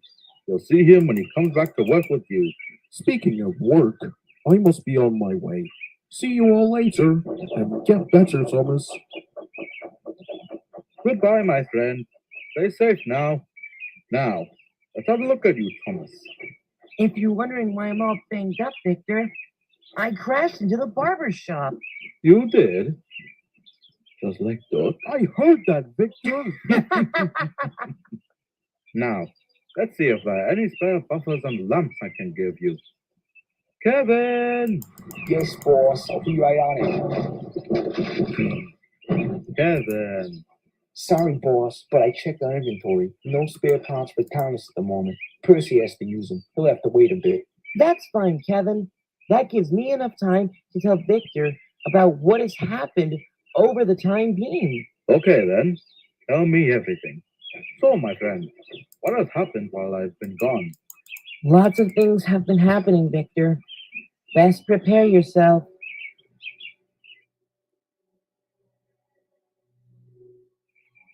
And that pretty much covers everything. So let me get this straight. Diesel's dead, Crash 40 is dead, the quarry got bombed, and James is working with Alfred?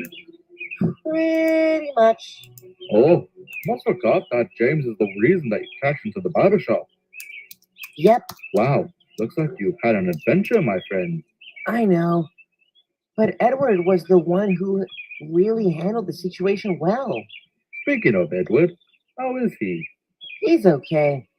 He's just been very stressed with Alfred showing his smug prick face again. I haven't seen him in a while. Well, I hope that when you get back on the railway, all of these problems will just blow away. Me too, Victor. Me too.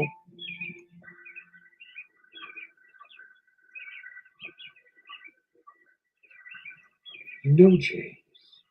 I'm quite glad that you followed me and helped me in my escape.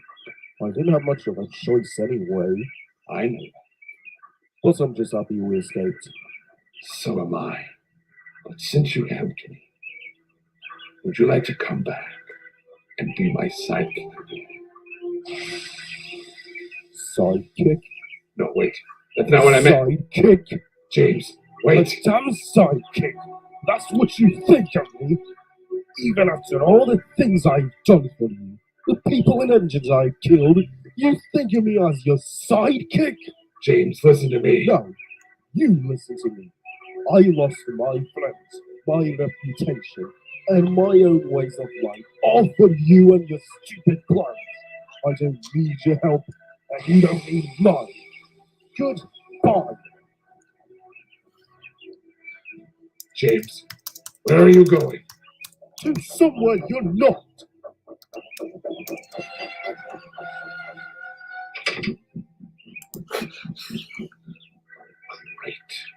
This is just great. As he got further and further away, James went faster and faster. I never want to see his face again. Then, it happened. James, look out! James wasn't paying attention, and he was hurling straight towards Toby. Oh no! Then, at the last moment, the points were changed, and James diverted into his side.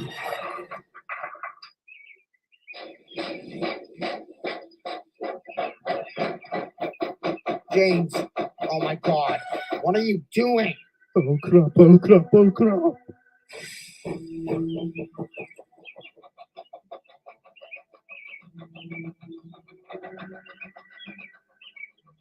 I can't believe James is hiding out here.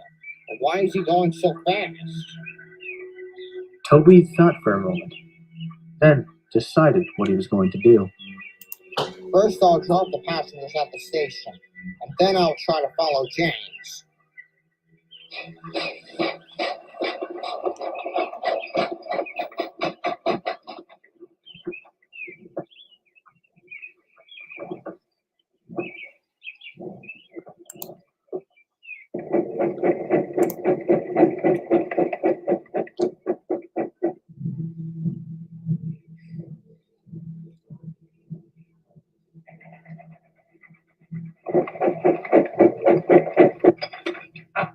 Gotcha. Whoa, hey, let go of me! Afraid I can't do that anytime soon, Toby.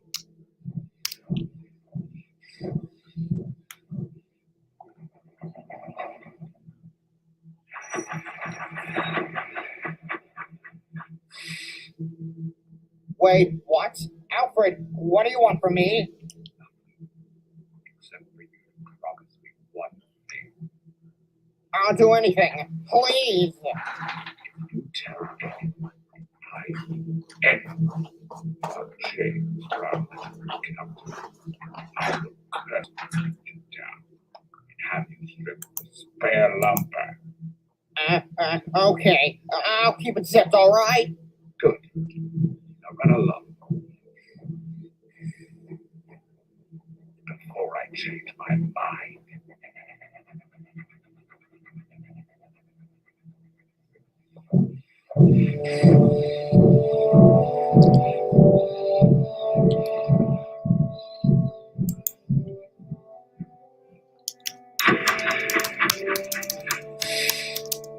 Hello, Oliver.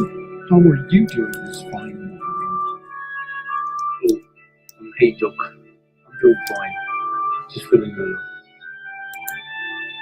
Feeling what? Sad. He's gone. Who's gone? Where's Oliver? Isn't he supposed to pick up the delivery train? Well, he would have, but now I can't. He what? Talk to me, Oliver.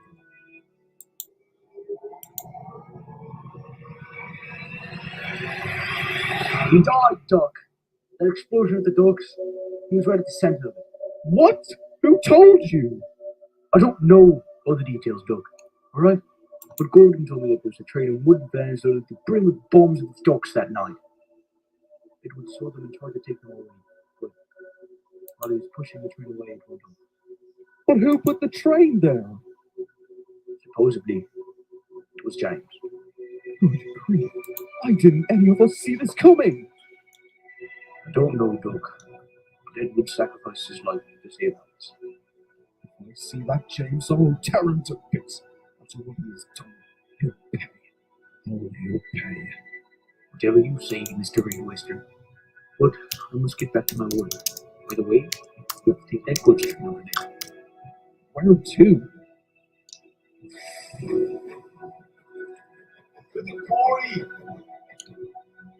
Wait, wasn't there an explosion there too?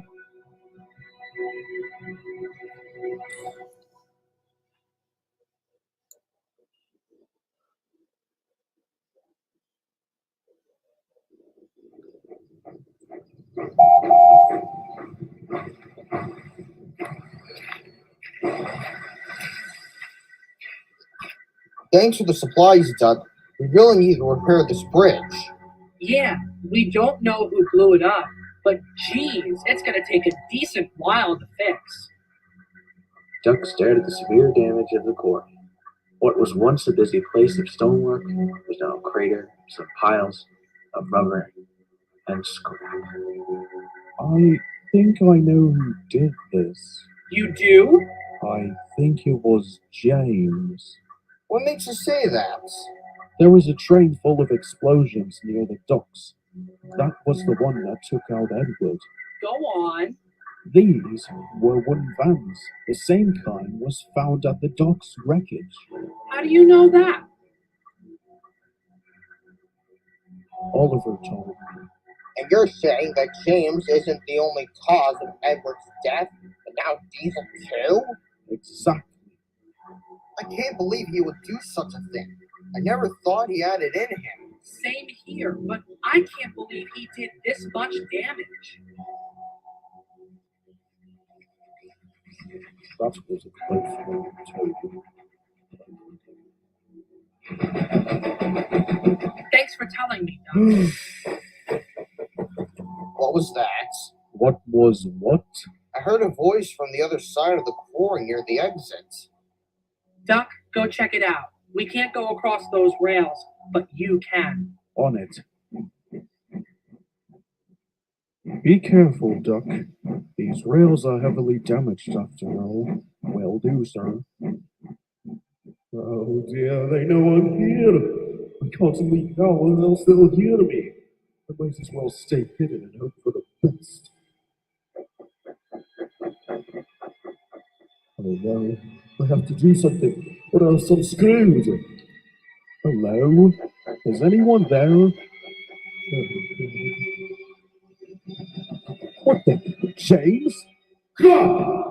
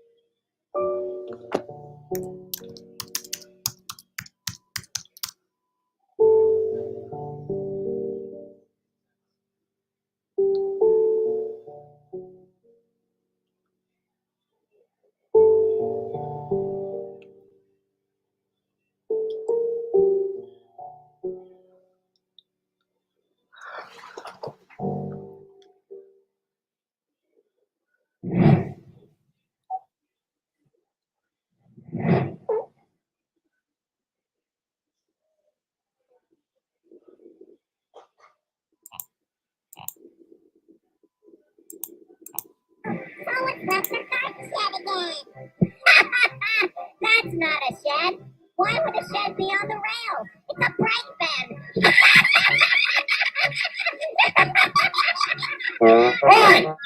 You blokes better bug off. This special engine is having a special day today. Special? What's so special about him? Edward winked at Toby. Why, yes, Toby. You are a special engine. And they say today is your special day. But what's so special about your special... Stop! Just stop being Sharon Miller! Toby laughed and headed off. Later, we reached Brandon Docks. He loved it here. The sound of the ships and the seagulls plus all the hustle and bustle, something he didn't get on the quarry tramway. Ahoy there, Toby! Good morning, Salty. Toby was just about to explore around when Bill and Ben came in with some empty trucks. So, Toby, what's so special about you today? I don't see any point to all this. I'll let you find that out yourself. Come on, you can tell us. Please. I'll give you a hint. It happened on this day in 1914. And Toby left. Bill and Ben were puzzled. They weren't the smartest of engines, so figuring it out would be quite a challenge. 1914. What happened on this day in 1914? I don't know, Ben. Dun, dun, dun, dun, dun, dun, dun. Wait, I got it. What, Bill? 1914 was 100 years ago. I think it's now 2014. So 100 years ago, it was 1914. Wow, I didn't know that. Man, bro, you're such a smart engine. No, really? Oh, I'm so proud. So what happened 100 years ago? I know. Dinosaurs went extinct. Toby must be a dinosaur. So he... You complete, utter, stupid boneheads! Even Sydney would not be so stupid. Dinosaurs haven't existed for over 65 million years. You two are pathetic. Well, how are we supposed to know about that crank crab? I've lost all faith in this world. Meanwhile, Toby was talking with Percy and Daisy. That's typical for Bill and Ben. They were a right pain when I thought I found a good luck charm. For some reason, they think I am in a relationship with Boko. I would never go out with him. He's all old and oily and loud. Toby couldn't help laughing, much to Daisy's unamusement, and the three engines kept talking about Bill and Ben's low intelligence. Hey, look, it's Steve. Maybe he'll know. Steve, do you know what happened 100 years ago from today? Well, I know World War I started 100 years ago, but I don't know exactly what happened this day in 1914. That's it. Toby served in World War I. Could be. I believe his class was built from 1903 to 1921.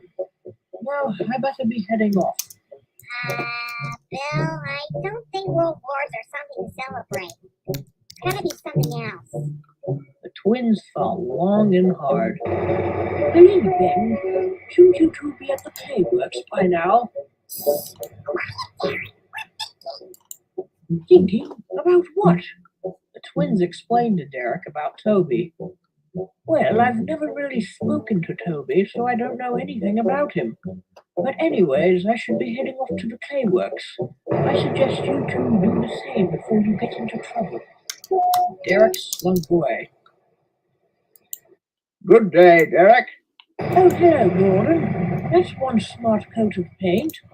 Why, thank you. Hope it will last long. Don't be having any accidents with this attractive attire. What? 100 years ago, Toby had an accident. Of course. That's why he's so special. He's a special needs engine. Man, bro, you're just as clever as me. Don't I know it? And the twins scuttled away. They didn't notice that Gordon was desperately trying not to laugh. He had heard everything. Later, he arrived at Tidmouth with all the other engines and told them everything. Everyone burst out laughing. Talk about the tale of two dim witties. No, they are a bit cheeky and absent-minded, but they never mean any real harm. They're just clowns by nature. Well, with that said, happy 100th birthday, Toby. The engines all whistled and cheered as Toby turned a century old. Oldies but goldies, we still care about you.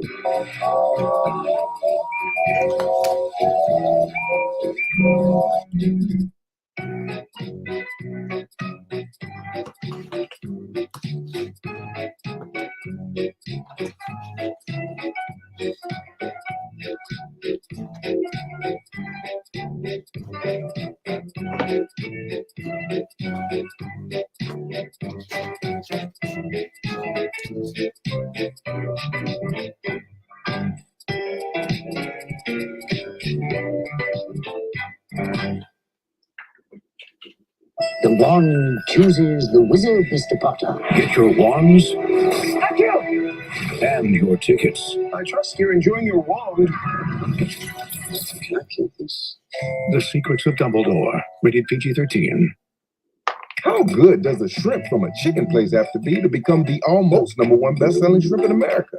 Popeye's kind of good. So give it a try today with our shrimp tackle box for only $6.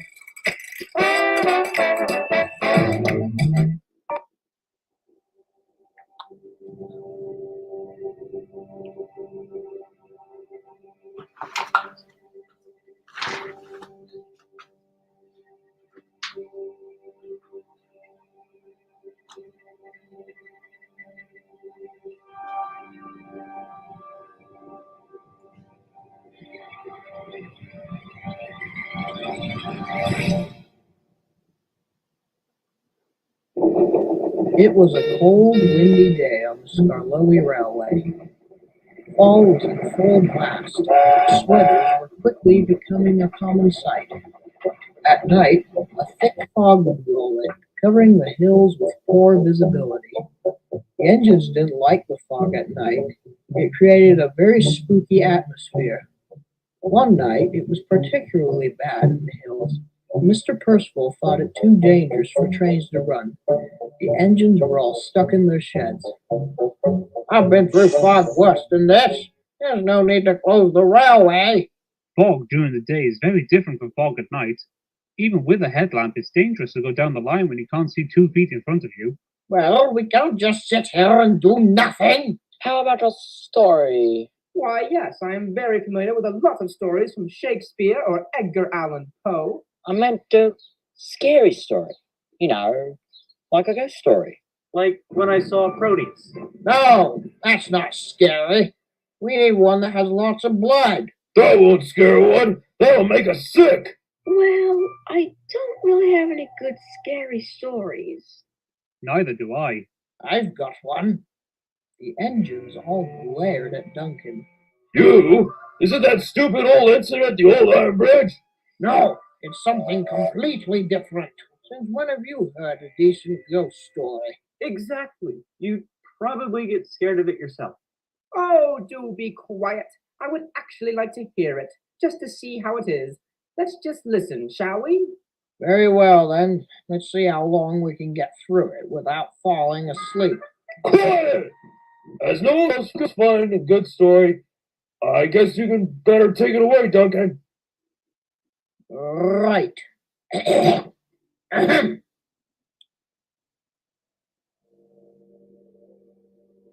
Long ago, there was an engine. I don't know what his name was or what he looked like, but there was something different about him. They say he never smiled and always had a haunting look on his face. He worked at the slate quarries because they say his behavior was too dangerous for passengers. Who is this engine? I told you, I don't know what his name is, nor what he looked like. But what I do know is that his eyes were a glowing red. They say this engine was disturbingly unusual. He would purposely push trucks over a cliff and run over animals that strayed onto the line. The manager was very distraught by his actions and decided to put him in the shed, never to be let out again. Everyone knew there was something wrong with this engine. Some say that he was created by none other than the devil. There he sat in his shed, eyeing the others as they went about doing their work. His eyes were apparently very disturbing and haunting, striking fear at anyone he looked at. Then, one night, it happened. He killed himself? No! No one knows exactly what caused it, but there was a fire in the shed. The fire crew were called, but it was too late. The shed and the engine were already engulfed. In the flames, they couldn't see him anymore. But what they did see were two blazing, angry eyes. The engine burnt to the ground. His boiler was melted. But whether he survived or not is debatable. Oh, yes, he was destroyed, but only his physical state. There are some who say this engine's spirit endured. And this spirit was not friendly like Casper. Oh, no. Years passed and things were normal. Until one night, two workmen claimed to have seen two strange luminescent almond-shaped objects in the distance. It was assumed that they were just fireflies, but the driver of that engine decided to investigate. He did, and when he came back, he was petrified with fear. He claimed the two objects are huge, fiery eyes, just like those on the engine. No one believed him, so he took some people with him to have another look. And that, my friends, is the end of the story. They were never seen again. Over the years, there have been several similar cases where people have seen two flaming eyes by a railway, but not all of them lived to tell the tale. Rumor has it that a little engine was crossing an old iron bridge when he suddenly saw the eyes in the mist below, and then was suddenly swept off the bridge and plunged into the swamps below. When the workmen searched in the water, they could not find him. He was never found again. So just remember, wherever you are, someone is always watching you. The other engines were as still as ice. They gazed at Duncan, silent and shivering. That was actually quite a scary ghost story. Indeed. Quite unexpected. Wait, you got that engine who fell off the bridge from me? So it's a fake story. It's a ghost story. It could be true or false. You decide. Now, if you don't mind, I'm going to sleep. And he did, and very easily. The other engines didn't. They were curious and scared from the story, especially Bertram, who rarely changed his smile. The next day, the fog wasn't as bad, and the train ran like normal. The engines all worked hard, but they all kept thinking about Duncan's story. What's that? Who's there? It was only at Light Tower. There's no evil eyes. They don't exist. Later, Duncan and Sir Handel were in the shed at Renee's station when Mr. Percival came with bad news. The rail bridge at Crow's Neck Ruin collapsed and is blocking the line. There is quite a lot of damage, so it will take until tomorrow morning to clear it. In other words, I'm afraid I'll have to spend the night here. Are you f***ing kidding me? Damn it! Oh, well, at least we have a shed. I don't agree with the language, but yes, you do have a shed. Consider yourself lucky. Others are stuck at Lakeside or the quarry, and the facilities there are not as luxurious. Arrgh. Well, I guess we're stuck. And they were. That evening, the fog came back. Duncan was trying to sleep, but Sir Handel was nervous. The eyes aren't real, are they? That's for you to decide, my dear boy. But shut up! I'm trying to doze off! It's only a story. Or is it? Yes, the devil engine is a-comin'. His eyes will... What was that? What? I've never heard that whistle before. Whistle? What whistle? Didn't you hear it? I didn't hear any whistle. Duncan? Duncan, where are you going? Duncan puffed out into the foggy abyss to see what was going on. What happened next, no one knows to this day.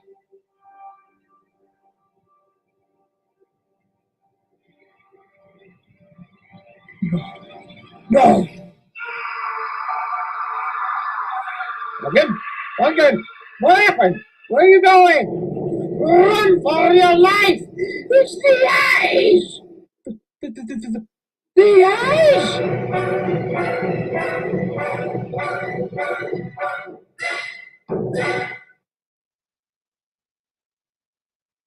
What eyes? You look like you've had a stroke, Duncan. The eyes of the engine from my ghost story. Then how could it be true? I didn't see them, but I ran just in case. Duncan was too disturbed to respond. He didn't speak until he reached the safety of his shed. I don't know what happened. I do. You had a hallucination, Duncan. You were scared the whole time that your mind played tricks on you. Duke's exactly right. When we're frightened or paranoid, we see things in our mind that aren't really there. So there are no eyes? Of course not, Duncan. It was all in your mind. No, it wasn't in my head. I saw them. Scared of your own story, Duncan. That is funny.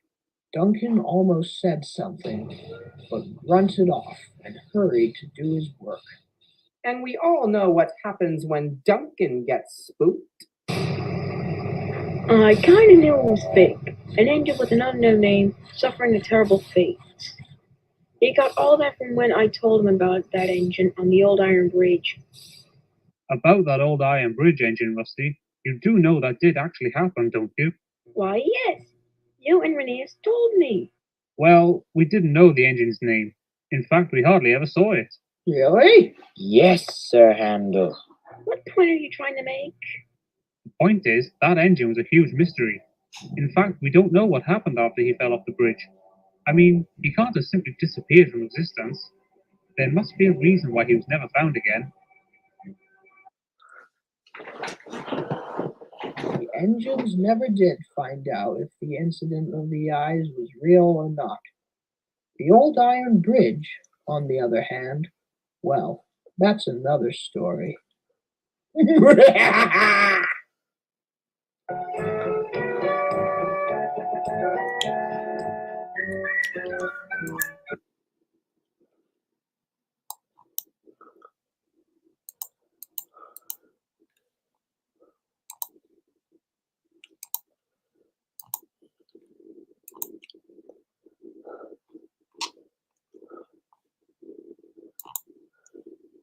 Previously on Sodor. The modern years. Well, read you here, Mr. Hat. There were some things about the mid-Sodor railway we couldn't find much information about. Well, we found mention of someone named Andreas, but not that many details. Who will be taking these express trains? I have purchased a new engine, Andreas, to be our new number 2. I shouldn't think I need to prove myself. After all, if you engines could handle your express, I wouldn't be here. Wait. Did you hear something, Andreas? I don't think so. We've received a complaint from a passenger. Nonsense. I always leave right on time, not a moment sooner or later. You have to look after Barkov's trains for now, Andreas. He'll look after the express. Oh, no, you don't.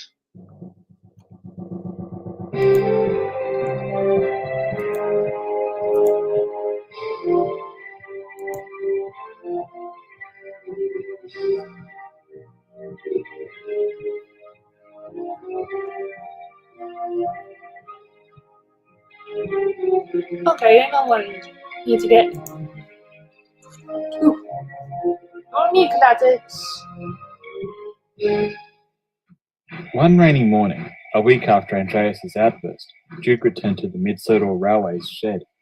Andreas, who had been confined to the shed since then, was still sulking. As usual, his only reaction to Duke's arrival was just a resentful glare.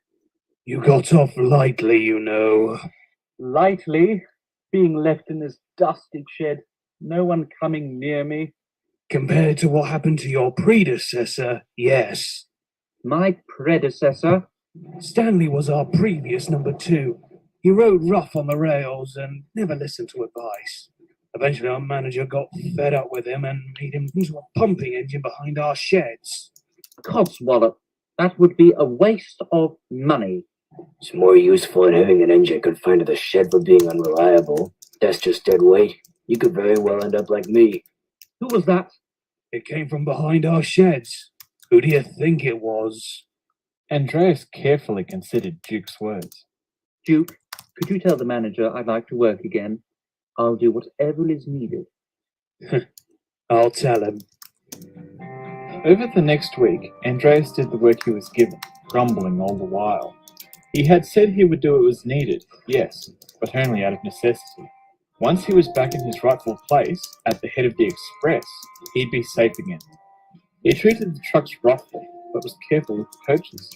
Hopefully, he thought, this would convince the manager that goods work was beneath him. But he wasn't asked to take the express, and he couldn't help feeling jealous whenever he saw Stuart, Falcon, or Duke pass with the line's top passenger train. One morning, Andreas was waiting at Ulsborough West with the passenger train.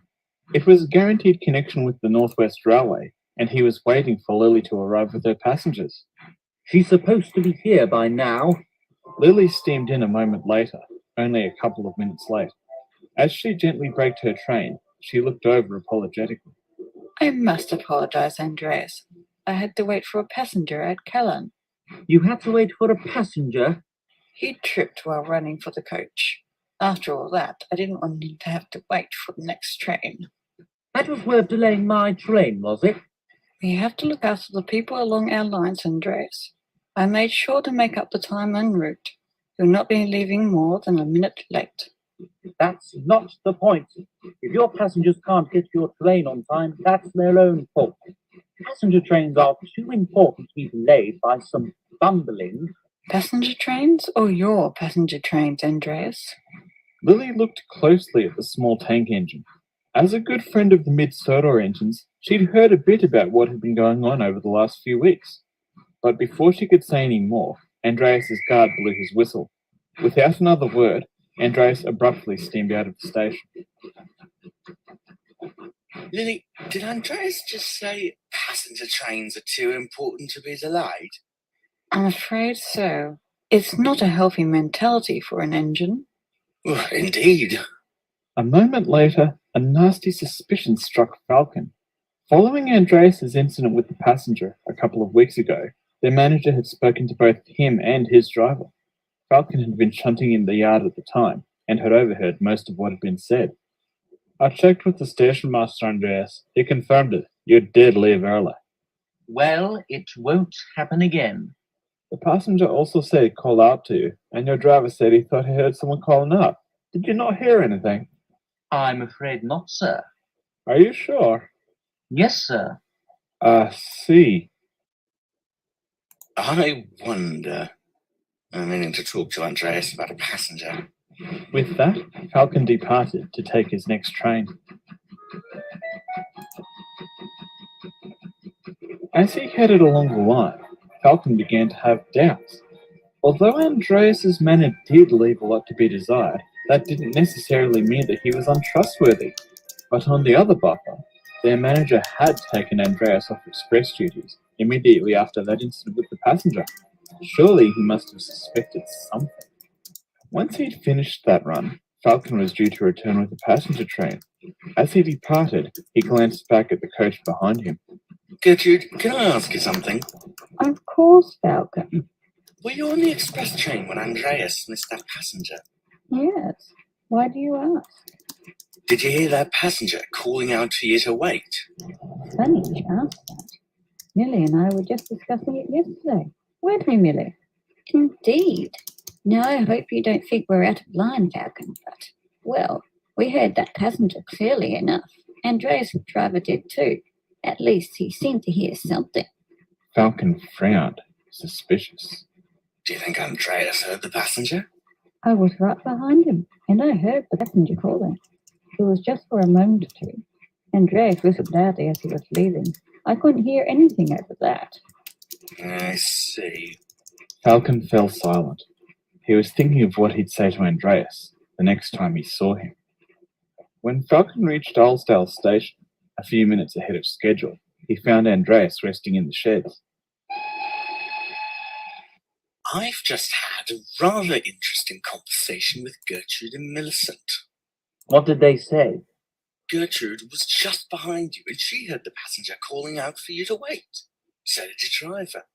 So what? That doesn't necessarily mean I heard it.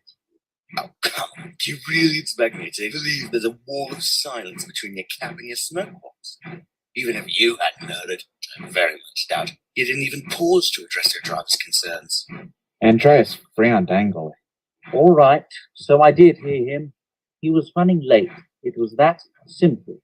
You left early. If you'd actually bothered to stick to the timetable. Falcon broke off as he realized exactly what Andreas had said. You did hear it. So all those times you said you didn't, you were lying. How dare you? All this fuss over one passenger, anyone would think. Anyone would think that an engine would care about passengers. But to make a mistake like this, then to try and cover it up. Like you wouldn't. Too right I wouldn't. You're an incompetent liar and a disgrace to the railway. Andreas was furious. You dare call me? I'm calling you what you are. Nothing more. Enough, both of you! The other two engines fell silent, both seething. Falcon, you should know better than to let your temper get the better of you like that. I'm sorry, Grandpuff. As for you, Andreas, I now know it was a mistake to ask our manager to let you out of the sheds. I know he will be extremely disappointed in you when he hears of this. It's your word against mine. Duke and Falcon were both shocked, but it was another voice that replied. It's just as well I heard your words, Andreas. All three engines looked over to see the manager step around from the workshop. It's a bit difficult to have a discussion about Stuart's maintenance with you three arguing right outside. Falcon, once you're done with this train, I'd like you to take Andreas' next one. He and I will be having a little talk. Yes, sir. The manager walked over to Andreas. As I just mentioned, Stuart is in the workshops for maintenance. You're to look after his trains until he gets back. But Andreas protested. No, Andreas, you will do as you're told. I think I need to make things clear for you, Andreas. We need an engine to cover Stuart's trains while he's having his scheduled maintenance. As of right now, that's the only reason you are still running. I will not tolerate behavior like yours from any one of my engines.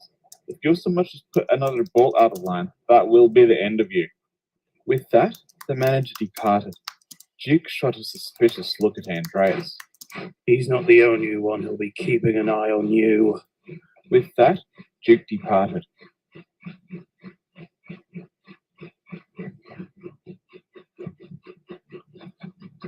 Word of Andreas's dishonesty soon spread around the railway, and it wasn't just the engines who were keeping an eye on him. After hearing of what he'd done, the trucks and coaches didn't trust him at all. Once Stuart's maintenance was finished, Andreas was assigned to goods and mine trains. He didn't like that at all. One rainy morning, Andreas was bringing a mine train down to Alsborough. As usual, he was grumbling about being stuck on goods duty. Reduced to mere trucks. Anyone would think I was some sort of half engine like that Atlas. For the trucks, that was the last straw. They had tolerated Andreas's blatant rudeness and deliberate roughness. But they liked Atlas, and hearing him casually insulted was just too much. Discreetly, so as not to alert Andreas, they began whispering and plotting amongst themselves. As the train approached Alsborough, the trucks began holding back. Andreas found himself struggling, and his driver opened his regulator to give him more power. Oh, come on! He growled angrily. The trucks giggled. They'd been waiting for such an invitation. They suddenly bumped Andreas forward, dislodging his driver and guard. With no driver to apply the brakes, Andreas found himself picking up speed. Stop! Stop! Do you want us to come along? I'm out of line! Not like that!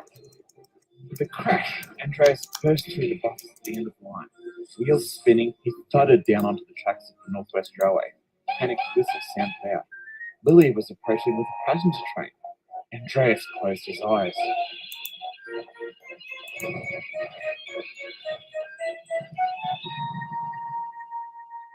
Andreas opened his eyes and looked over.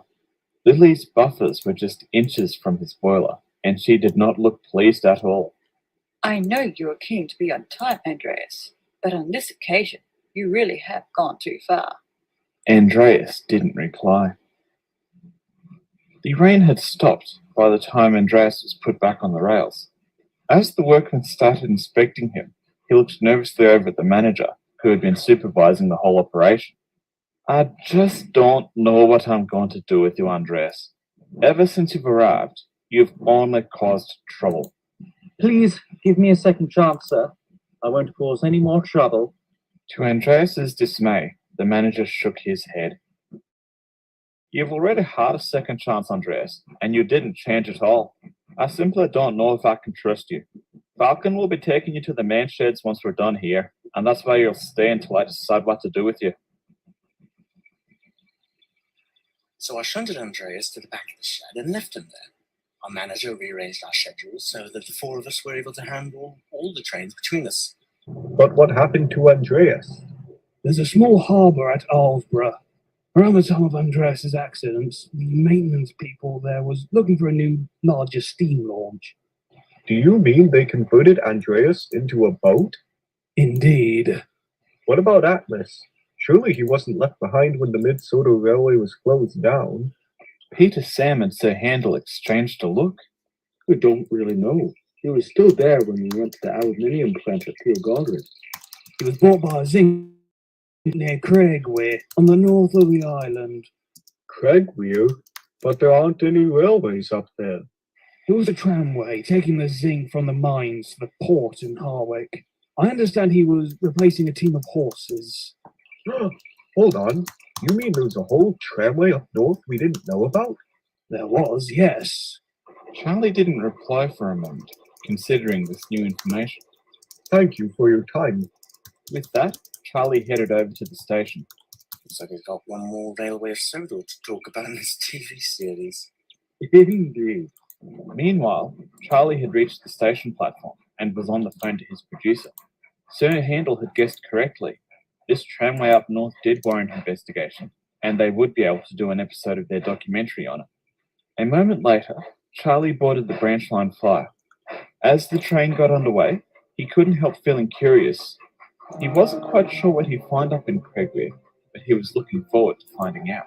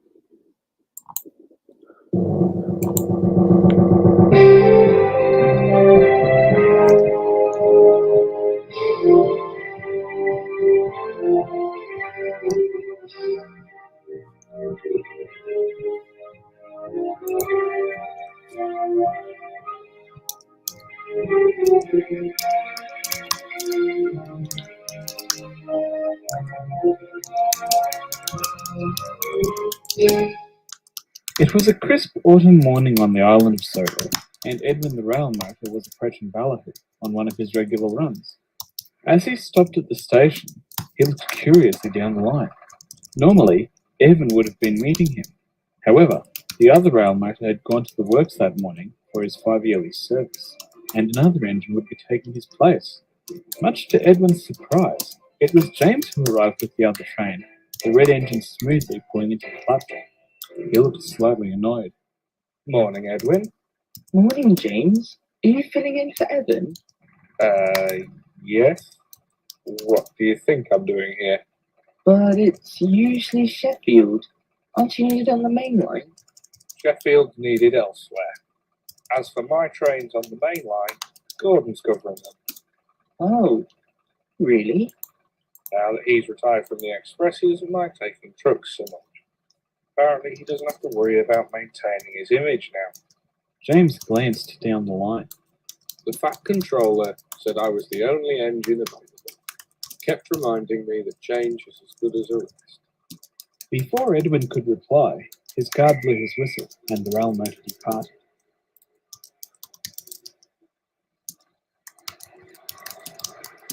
A few minutes later, it was James's turn to depart. He smoothly pulled out of the station. Despite his annoyance at being stuck on a branch line, he couldn't help feeling a little bit curious. It had been a few decades since he'd last been down this way, after all, and he was curious about how it had changed.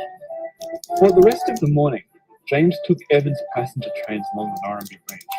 He met Hubert the hovercraft at Norramby and took tourists and visitors along the surf line to South Norramby. He was enjoying himself, looking after the coaches and passengers. Later that afternoon, James was resting in the sheds at Vickerstown. He wasn't due to take another train for a little while, so he was surprised when the station master strode up to him. "James, I'm afraid Owen's been delayed coming back from battle. We need you to take his next train." Coaches or trucks? "Trucks. Henry's due to bring them up on his slow goods." Trucks? But can't they wait? I mean, it's only a goods run. "I'm afraid not, James. Some of them have urgent shipments, frozen groceries, that sort of thing. Owen will take your next passenger train." With that, the station master turned and strode away. I was told I'd just be taking passenger trains this week. "It's not his fault Owen got delayed, James. A really useful engine does what's needed, remember?" Yes. Still grumbling, James moved off. A little while later, James reached the Norramby transport hub with his trucks. It hadn't been a smooth run down from Vickerstown. He'd made no secret of his annoyance when he picked up the trucks, and they'd taken the chance to have a bit of fun at his expense. James, what happened to Owen? Edwin asked as he arrived. Some sort of delay at Barrow, James said grumpily. "What's the matter, James? Don't want to get your paint dirty?" Shut up. They've been like that the whole way down. You're lucky you don't have to deal with them, James said. He fell silent a moment later to concentrate on his shunting. James finished a few minutes later and waited on the siding, leaving the line clear for Edwin. The guard's whistle sounded out, and Edwin departed. As a passenger train, he had priority over James's slow goods. "I'd rather not have that luck," Edwin said sadly to himself once he was past James. While all this had been going on, Owen had been making good time with his passenger train. He reached Ballyhoo right on schedule and smoothly stopped at the station. Once his passengers had disembarked and boarded, the guard raised his green flag. A frantic horn sounded out. "Owen, wait!" Owen looked over to see Bertie hurrying up the driveway. He screeched to a halt next to the station, and his passengers jumped out. "Bertie? I didn't know you were running tours around here." "It's a history tour for some children from Norramby High School." "From Norramby High School? Is the road to Norramby closed?" Ugh, not really. Just congested with traffic. "Really? You've made that hovercraft bringing cars over from the mainland, haven't you?" "Hubert? Yes, he seems a decent fellow." "Well, it seems most of his passengers aren't just going to Norramby. Traffic all the way to Vickerstown has been quite heavy lately, in both directions." "So the school children took the train here?" "Yes, their teachers thought it would reduce the chance of being caught in traffic. Even so, we did get in a bit of a jam. That's why I nearly missed you." "This sounds unpleasant. Wish I could help you." "Thanks." A few moments later, the school children had finished boarding the train. The guard blew his whistle, and Owen departed. As he did so, he considered Bertie's predicament.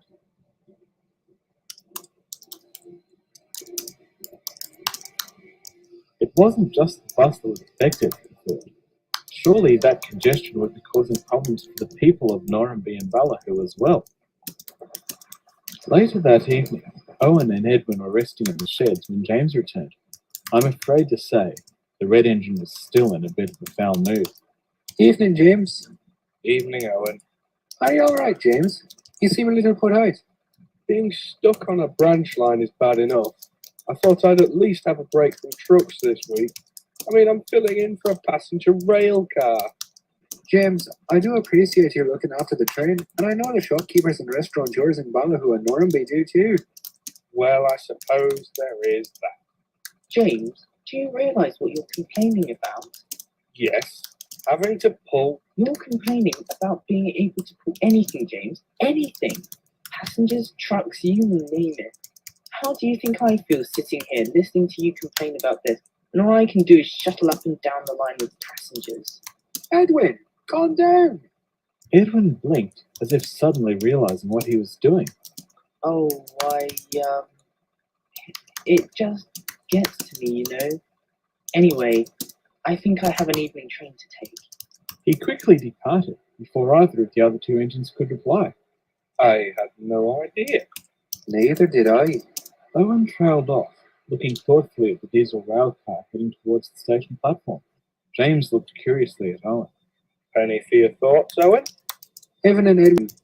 There's always been something about them I couldn't quite put my buffer on, even after all these years of keeping the peace between them. But you've known them for years. You've known Gordon for decades, but you were still surprised when he offered to look after your trucks. I take your point.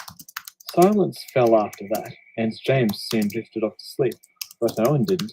His mind was still going over this new revelation about the railcar twins. A couple of hours later, Edwin returned from his evening run. Owen looked over as the diesel railcar backed into the shed. Edwin, about earlier. I'm sorry, I shouldn't have ranted like that. It's all right, Edwin. But may I ask, have you always felt like that? Edwin paused for a moment, considering the question. I think, in one way or another, yes. Would I be right in guessing Evan feels the same way? I might as well tell you everything. He's more jealous of you than I am. Jealous? Of me? Well, just locomotives in general. We agreed not to say anything, though. We didn't want to risk your friendship. Owen smiled for a moment, touched. So, what happened tonight? I guess Gordon is a passenger engine too, isn't he? One of the great LNER Pacifics. Yes, I understand he was the first of them. Yet now even he is taking care of goods trains. It just sort of felt like the last straw. You should have said something sooner. Why? We're stuck on passengers because of our nature. We're essentially motorized coaches. We've even got different couplings. Those could be changed, yes, but what goods traffic would we carry? It was a good question, Owen had to admit, but he couldn't think of a good answer. Early the next morning, Owen was taking his regularly scheduled goods run down to Tidmouth. He always enjoyed these morning runs. There weren't many other trains around, and the long runs gave him time to think. This particular morning, he had a lot to think about. He was still considering his conversation with Edwin last night. If Evan and Edwin were to take trucks, it would have to be goods traffic that fit in with their passenger services. Owen knew the delivery schedules required for most of the businesses along the Normanby branch, and they didn't line up with the passenger runs at all. Maybe they could take some sort of luggage van, he thought. After all, he'd seen Bertie with a luggage trailer on 1 or 2 occasions. Hold on a second, Owen said to himself as a thought struck him. He remembered Bertie's hurried arrival at Ballyhoo yesterday, and his comments about the traffic from Normanby. Then there was another conversation, one which Owen had had with Evan and Hubert a few months ago. We literally don't carry the same traffic as Hubert. What was that, Owen? Oh, I just had an idea, driver. Owen replied, and he smiled as his plan began to take shape. It would solve a few problems and be quite simple to implement. He finished his journey in the Tidmouth yard. Morning, Owen. How are things going up Normanby way? Oh, same as usual. James is doing a good job of filling in for Evan. Have you seen the back controller around the town? Not this morning. Do you need to talk to her? Yes. Could you let her know? Aye, I'll tell her if I see her. Thanks. With that, Owen headed off to collect the trucks he was due to take back to Normanby. Later that afternoon, the Fat Controller came to see Owen at Vickerstown. The diesel engine outlined his idea, and the Fat Controller liked the sound of it. She agreed to implement it. A couple of evenings later, Owen and Edwin were resting in the sheds when James arrived from his last train. Things had been slightly awkward between the three engines ever since Edwin's outburst. So, you two had a busy day as well? You could say that. Silence fell for a moment. Then a diesel horn sounded out. All three engines looked up to see a familiar shape backing down into the shed. Evening all. Evening, Evan. Welcome back. Evelyn, what's happened to your couplers? Instead of the coupler he'd been built with, Evan's front buffer beam now bore a standard hook and link coupler. It's for the new car carrying service, Evelyn. We actually get to pull car transporter trucks behind us. Edwin gasped. Really? Oh, yes. Owen suggested it to the Pack controller. Edwin looked over at Owen, slightly surprised. Well, what you said will be taken. Edwin grinned. Thank you, Owen. As Evan and Edwin began catching up, James looked over at Owen. The red engine was quite baffled. They're actually happy about taking trucks. It's something they've never had a chance to do before, James. If you were in their position, how would you react? Well, I suppose you have a point, James replied, but he still couldn't help thinking that seemed a bit strange. The next day, Edwin left for his service and rebuild, with James covering his train. The red engine couldn't help noticing that Evan seemed a lot more cheerful than he'd been in the past, and even Owen admitted that he'd never seen the diesel rail car in a better mood. Before long, motor rail ramps were built at both Norramby and Vickerstown stations. Edwin and Evan enjoyed their new roles as transporters of both passengers and their vehicles. They even ended up taking a truck or two when Owen was busy, although the size of their engines meant they couldn't take heavier loads than this. James, who had returned to his duties on the main line, observed all this with amusement. It still didn't make any sense to him at all, but, he thought, it did seem to make the rail motor twins happy. He couldn't argue with that.